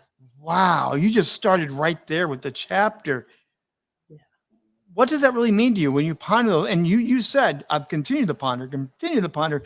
They don't go away. Those questions are with you, aren't they? Mm-hmm. Yes, it's sort of a daily dance in the mirror with the devil. Who are you? Do you know? Because we're so inundated with outside energies that I think we struggle to stand in our authenticity and our autonomy of who are you and how are you showing up as you? How are you impacting the world and how are you making the world a better place today versus the day doing you and just getting through it. And I think sadly a lot of people get through the day rather than rock the day. Yeah. You also wrote in your chapter, you wrote of discipline and then hard knocks learning from your family. Today, that is often frowned upon, the way there was a strong disciplinary family. And I love the way you wrote about it very clearly, but yet it helped shape you. What would you say to people listening to that today? Because it was an authoritative led family, right? Very. Yes, it was. You lie, you die was the mantra in my house. And my parents were also very loving. So they had an equilibrium of love and discipline. But because I had listened to a lot of outside voices, I questioned myself whether it was discipline, and yeah. But to grow up with an integrity so ingrained and to be able to answer the question, who are you? Do you know? And writing this chapter, Rich, actually brought clarity beyond anything that I had before writing. And the tears in the recognition of those values. And to me, as a sales synergist, yes, your values really do create your value in the marketplace. So in today's world, the discipline that you and I grew up, the discipline that you just described in your book, it's completely frowned upon. And yet both those, I think, would say, I didn't like it at the time, but it saved me a lot of other pain in life later on. Yeah. Do you think that's a lesson we should be talking about? We should be discussing some of that? I definitely think we should be discussing it because I think the pendulum went a little far on the other side. Yeah. And so having that discipline, and I mean, I know in some ways I dropped the ball with my 3 sons in overcompensating and doing too much for them because of how much I did as a child. And then later on, they're like, what do you mean we have to do it? And I was like, uh-oh. And now watching my oldest son parent and they've brought it back to that. And it's sort of that generational, part of, skips a generation that comes back and watching it all. It's fascinating. You did write about, again, these go back to some of your upbringing, but they also definitely lay into the business side of entrepreneurship, integrity, service, excellence. You learned those the hard ways, but you said those are the values that now drive me. They are absolutely. And I now know why those are my 3 core values. And I know exactly where I get them. And I'm more grateful than I've ever been. And I've always been grateful to my parents. I have fantastic parents. They're very, they were pillars and incredible humans. But now I really recognize all of the harshness and all of the pushing me to be more and to do more and to take on more. And I really, it's amazing. I love how you put this part of the book. Sales and honor don't always go together. Right. But you found a way to blend. You've taken those attributes that we just talked about and you brought it into sales. What's your secret sauce? How have you managed to do the icky, but do it well? Oh, I absolutely love sales. And I especially love being in a room where sales has a terrible reputation. It's absolutely true. Real estate, especially. And I'm blessed 29 years in active real estate, but I also I do a lot outside of real estate. And sales with integrity is about the other person. It's about synergy. It's about if what I have makes your life exponentially better and we come together, then that is synergy. That is where the sum of two is greater than that of its parts and becomes something to make the world a better place. And so I really describe sales as the bridge between where your ideal client is and their promised land. And rather than be the troll under the bridge who's fee fi fo fum, how dare you, you are the guide and you are also the person who built the bridge. And therefore you are the value of the journey to the promised land.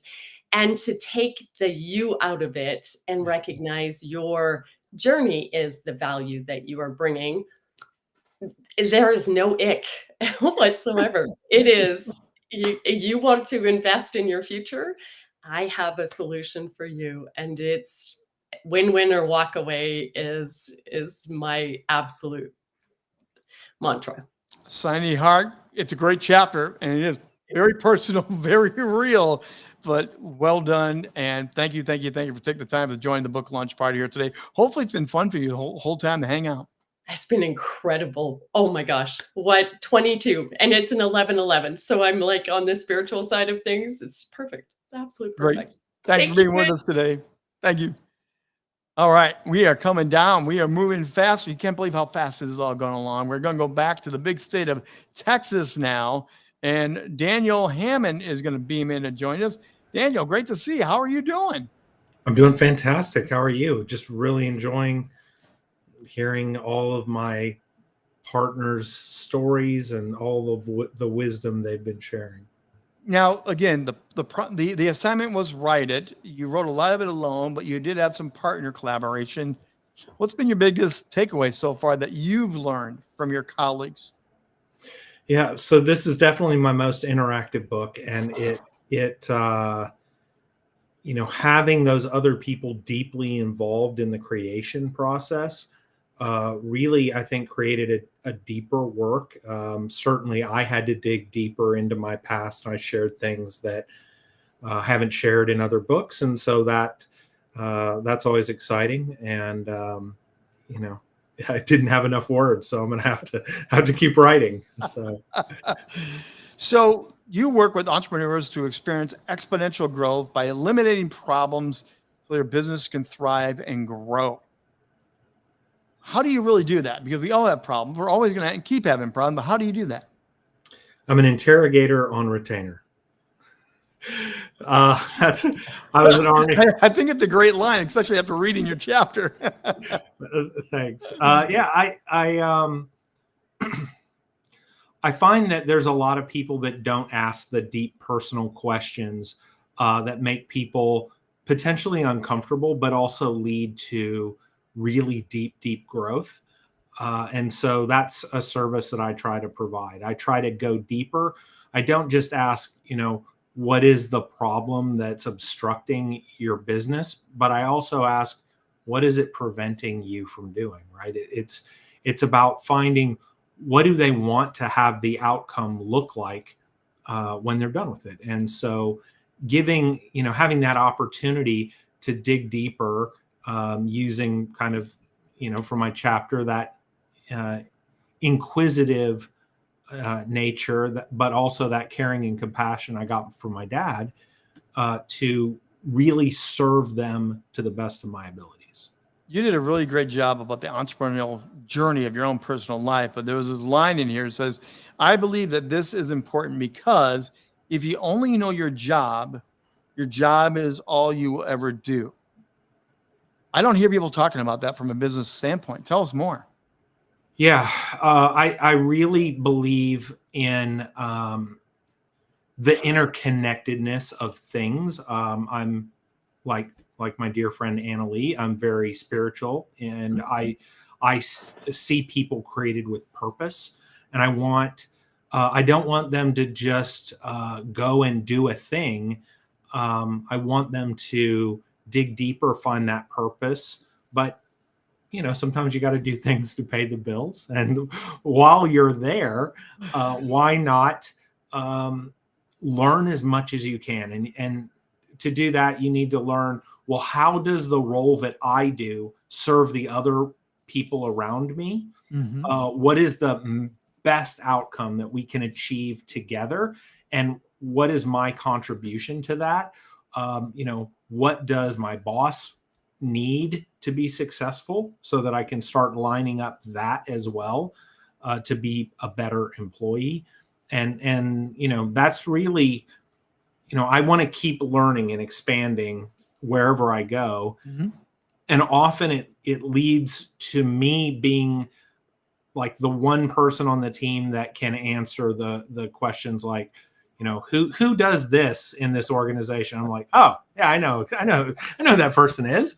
And so that's fun. And I love solving problems. And so that also helps me connect where I can add the most value. So the chat box has been blowing up about your interrogations. I have to share part of that from your chapter, which is very interesting. You have done professional interrogation. You know about interrogation skills. You also said that I interrogate my world. How does interrogation skills help an entrepreneur? Yeah. Well, one, I would say, all credit to my first writing partner, Dr. Ted Anders.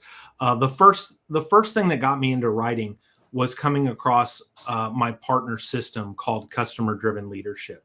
And it's really about asking your customers, what's the one thing that I can do for you that if I successfully achieve this, you would never look for anybody else that does what I do, right? How can I be such a critical and valued part of your success that you're the only person I ever want to work with in this space?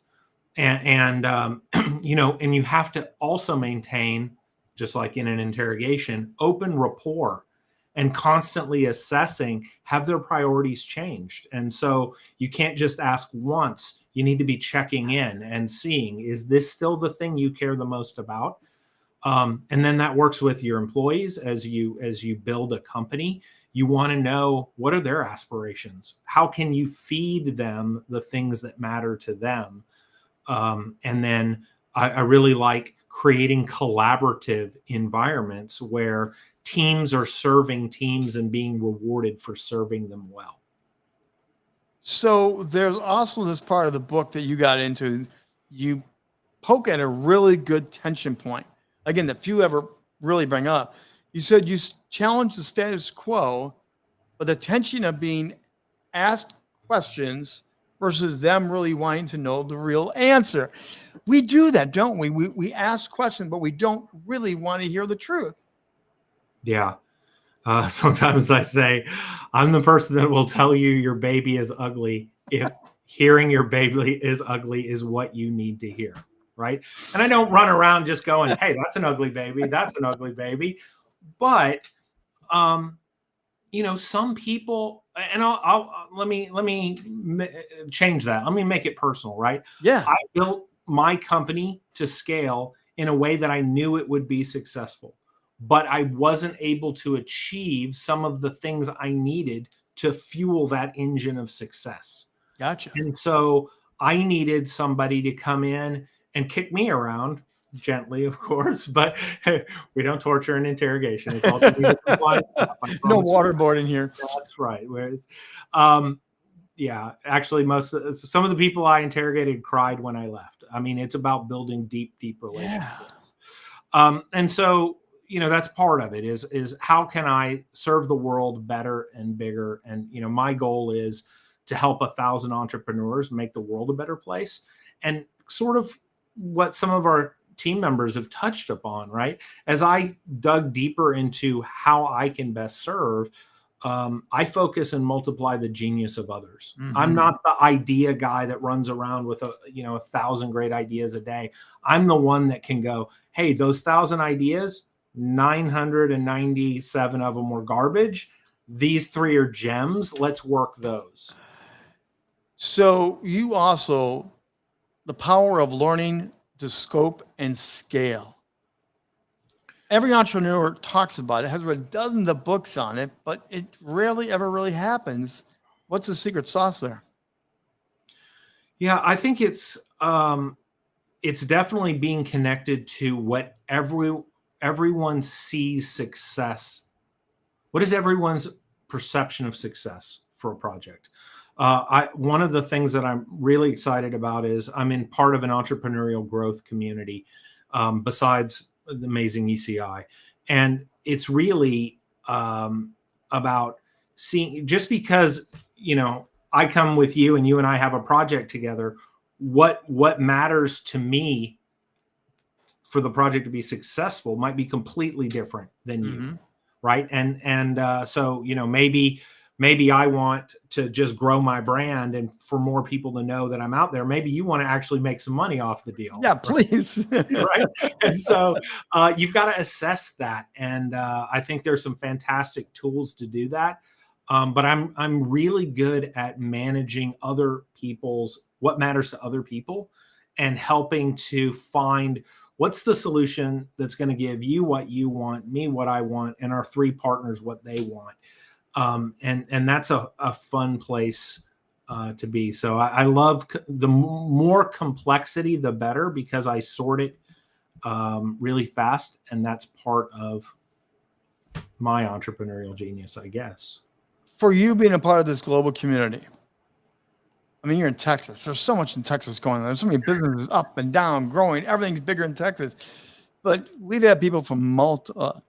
We have Ireland. We have Canada. We bounce around so many different places today. What does that mean to you that the global community is right here with you so much like this? That is a fantastic question. And as a guy who created interrogation courses for the military, I love that question, because here's what the world becoming more global lets you look for special communities. And that's for me. Everything that's done well is done at a community level. And that's what I have with these partners and with ECI. I shopped around so many networking groups, but when I found this one, it's like, hey, I want to be in Ireland twice a month. Right. That's where the great people are. And so I love this community. I love the people that are in it. There's not a single one of them that wouldn't drop what they were doing to help you have a better life. And that's rare. And you should look for that everywhere. You should join ECI as well, but you should also look for that in communities. Is this a good fit for me? And is it going to grow me in the right way? And is it going to surround me with the kind of people who will celebrate when I win?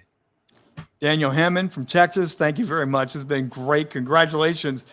A great part of the book. And it's wonderful. All blends together so well. So thank you. Thank you. Thank you so much. Appreciate it. Winding down our time here, we got one more guy to go, and it's going to be fun to bring Dan Goodwin in here because he's been sitting backstage. I've seen him backstage for a while, and I know he listens to everything out there. Dan, how are you doing tonight? I'm doing great, Rich. How are you doing? Oh, this has been a blast. This has been absolutely a blast to hear the stories, read the stories, hear from the people. You come into this now wrapping everything up here, but you also are a guy that, you're from Kansas. You're the founder of the CYA Consulting. You advise business owners and entrepreneurs in crisis response issues that helps them change people's reality. Entrepreneurs don't have anything called crisis in their life, Dan, do they? No. You asked a while ago, what do you love and what do you hate? You asked Peter that, right? Yeah. And it's that answer was yes and yes. It's the lows. And, people say that, especially in Kansas, if you don't like the weather, wait 5 minutes. If you don't like being an entrepreneur, wait 5 minutes. You'll be on the ultra high or the ultra low. It happens all within a matter of seconds sometimes. Now, your chapter is interestingly called The Lessons from a Seventh Grade Entrepreneur. You started early, man. Yeah, and actually the first working title was Lessons Learned as a Seventh Grade Drug Dealer. And then I struck that out and I put entrepreneur. So I did see the strike. I knew that was in there.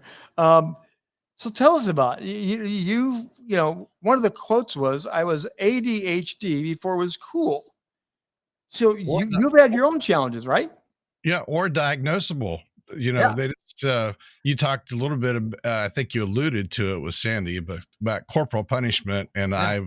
I graduated from corporal to, what's the next rank up?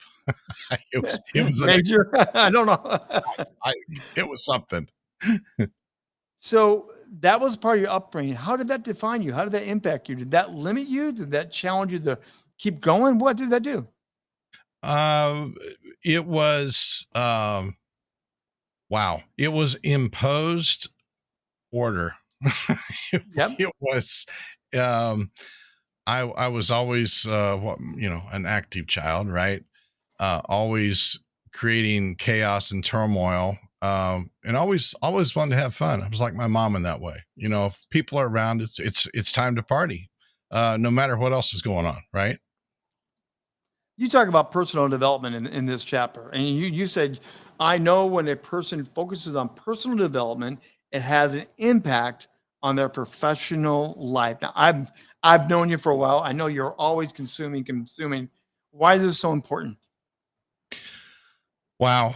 So the journey of personal development can almost always, not always, but almost always, certainly make your life better, especially as you grow up and you're starting to get into business or open a business or be an employee.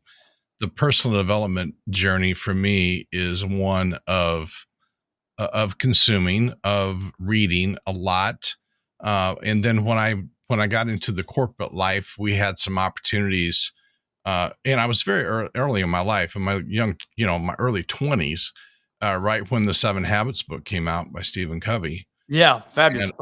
And all of a sudden something clicked, at least in my corporate experience, something clicked to say, this is the structure that I wish or I should have had, in the mid-teens, to kind of help me wrap my head around what do I want to do when I grow up. And Sandy mentioned a while ago, who are you today, right?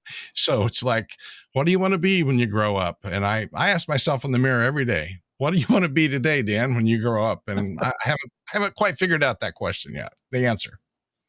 So again, in working with people, you know how important it is to identify values. Several other authors, writers have talked about it throughout the book, but you got to put a pin into it. The power of values is your compass to help you keep going. Yeah. So the 3 things I work through with my consulting clients is values, vision, and velocity. And the values piece, a lot of business owners and entrepreneurs, they want to focus on the vision, right? Mm-hmm. And we always revisit the values, and true personal values especially won't probably change that much until you work through the personal development things, and then there may be some changes. The driver there is those values undergird the vision. And typically when like 2 partners, if they have a disagreement, it's most of the time it goes to an underlying value. And then the 3rd V is velocity, and that's simply how fast do you want to get there, what are the resources, all of those types of things. Now, again, I just love your chapter. There's so much in it, but you also go back to the adversity stuff. But you also talk about adversity comes with opportunity. But the question you asked, and I think it's great, what are you going to do about it? Right. So when you identify this as an adversity, that is, as our good friend Lee Tunney-Ware would say, that's probably based or focused on some past event. Mm-hmm. At some point, you cut that and you go to the present. Yes. And then from the present, you work towards, what do I want this to look like in the future?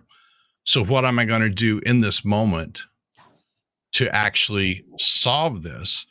And when I have clients come to me sometimes, I will sometimes ask that clarifying question, are you wanting support, empathy, or a solution? Because that will actually help me help them, because I'm a good listener. I can listen, and I have this ability to really see down in the future, two or three places down in the future that could help them, only if they're willing to put the action into it.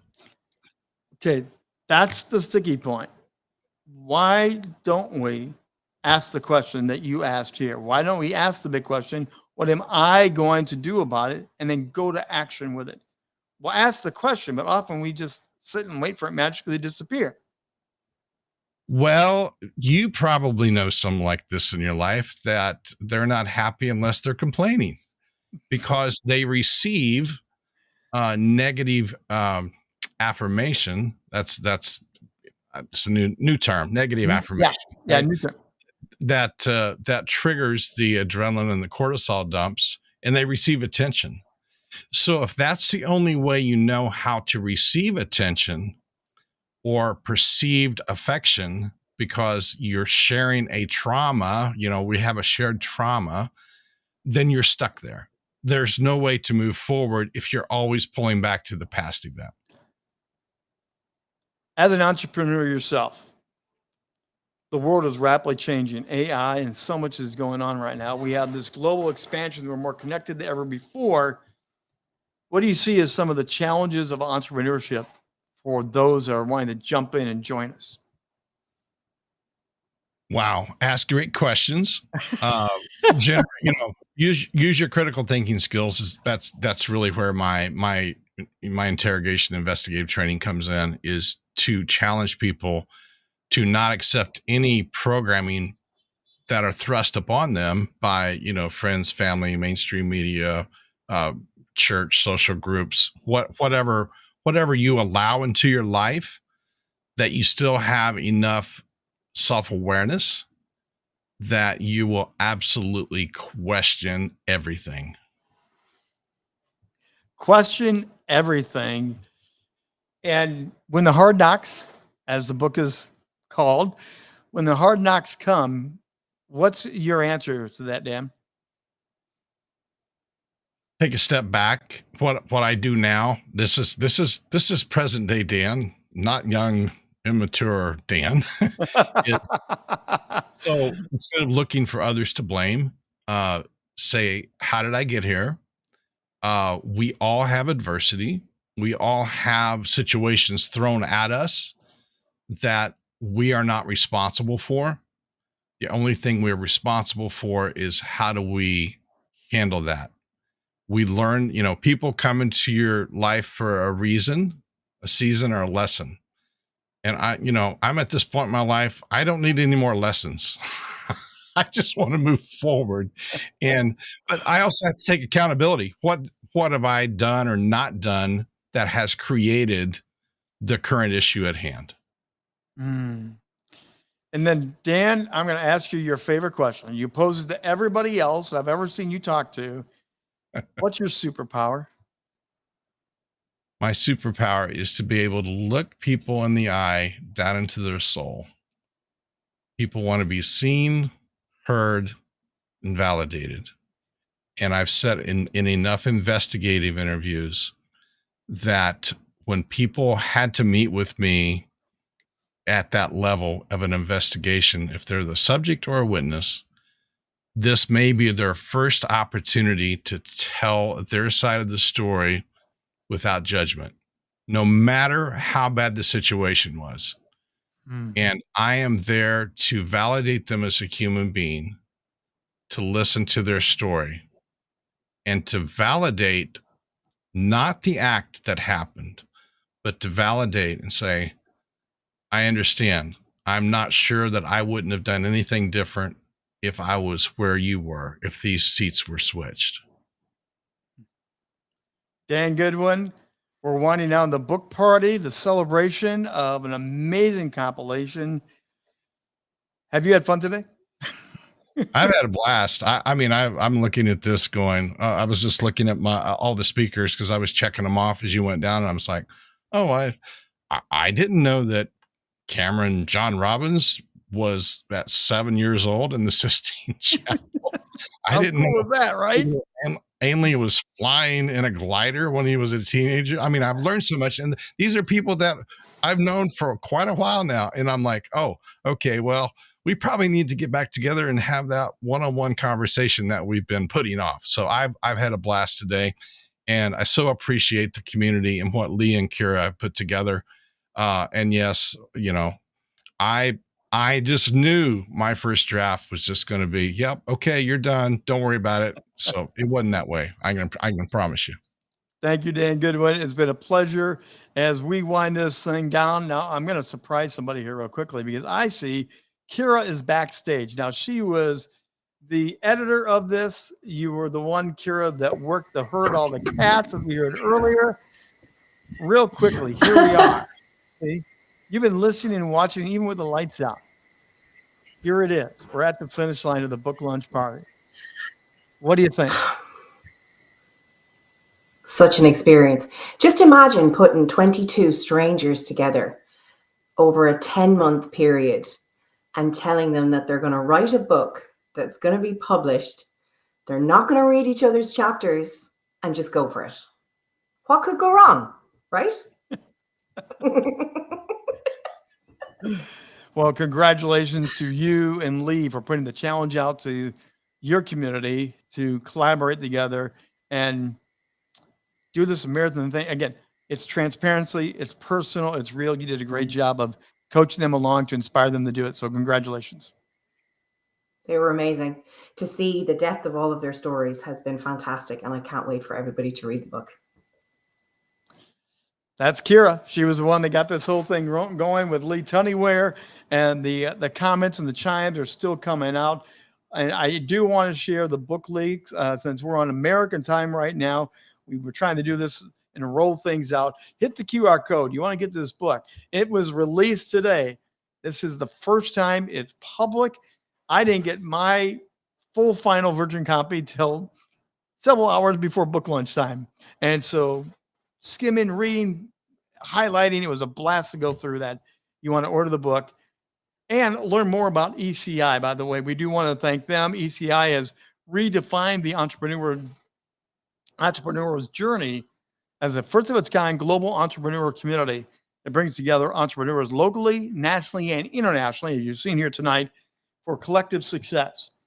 They're sharing the wisdom and insights. They're upscaling one another and offering support and referrals among authentic, committed business professionals. And this is the transformative network.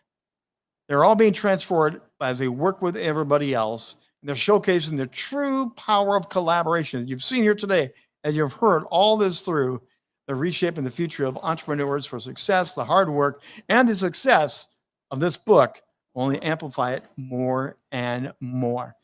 My name is Rich Bontrager. It's been an honor to be able to MC and host this and be a part of this community and come along for part of the ride here. And again, 22 different authors, different countries around the world. Congratulations. The book is launched. Now go read it and learn and grow. Have a great night, everybody.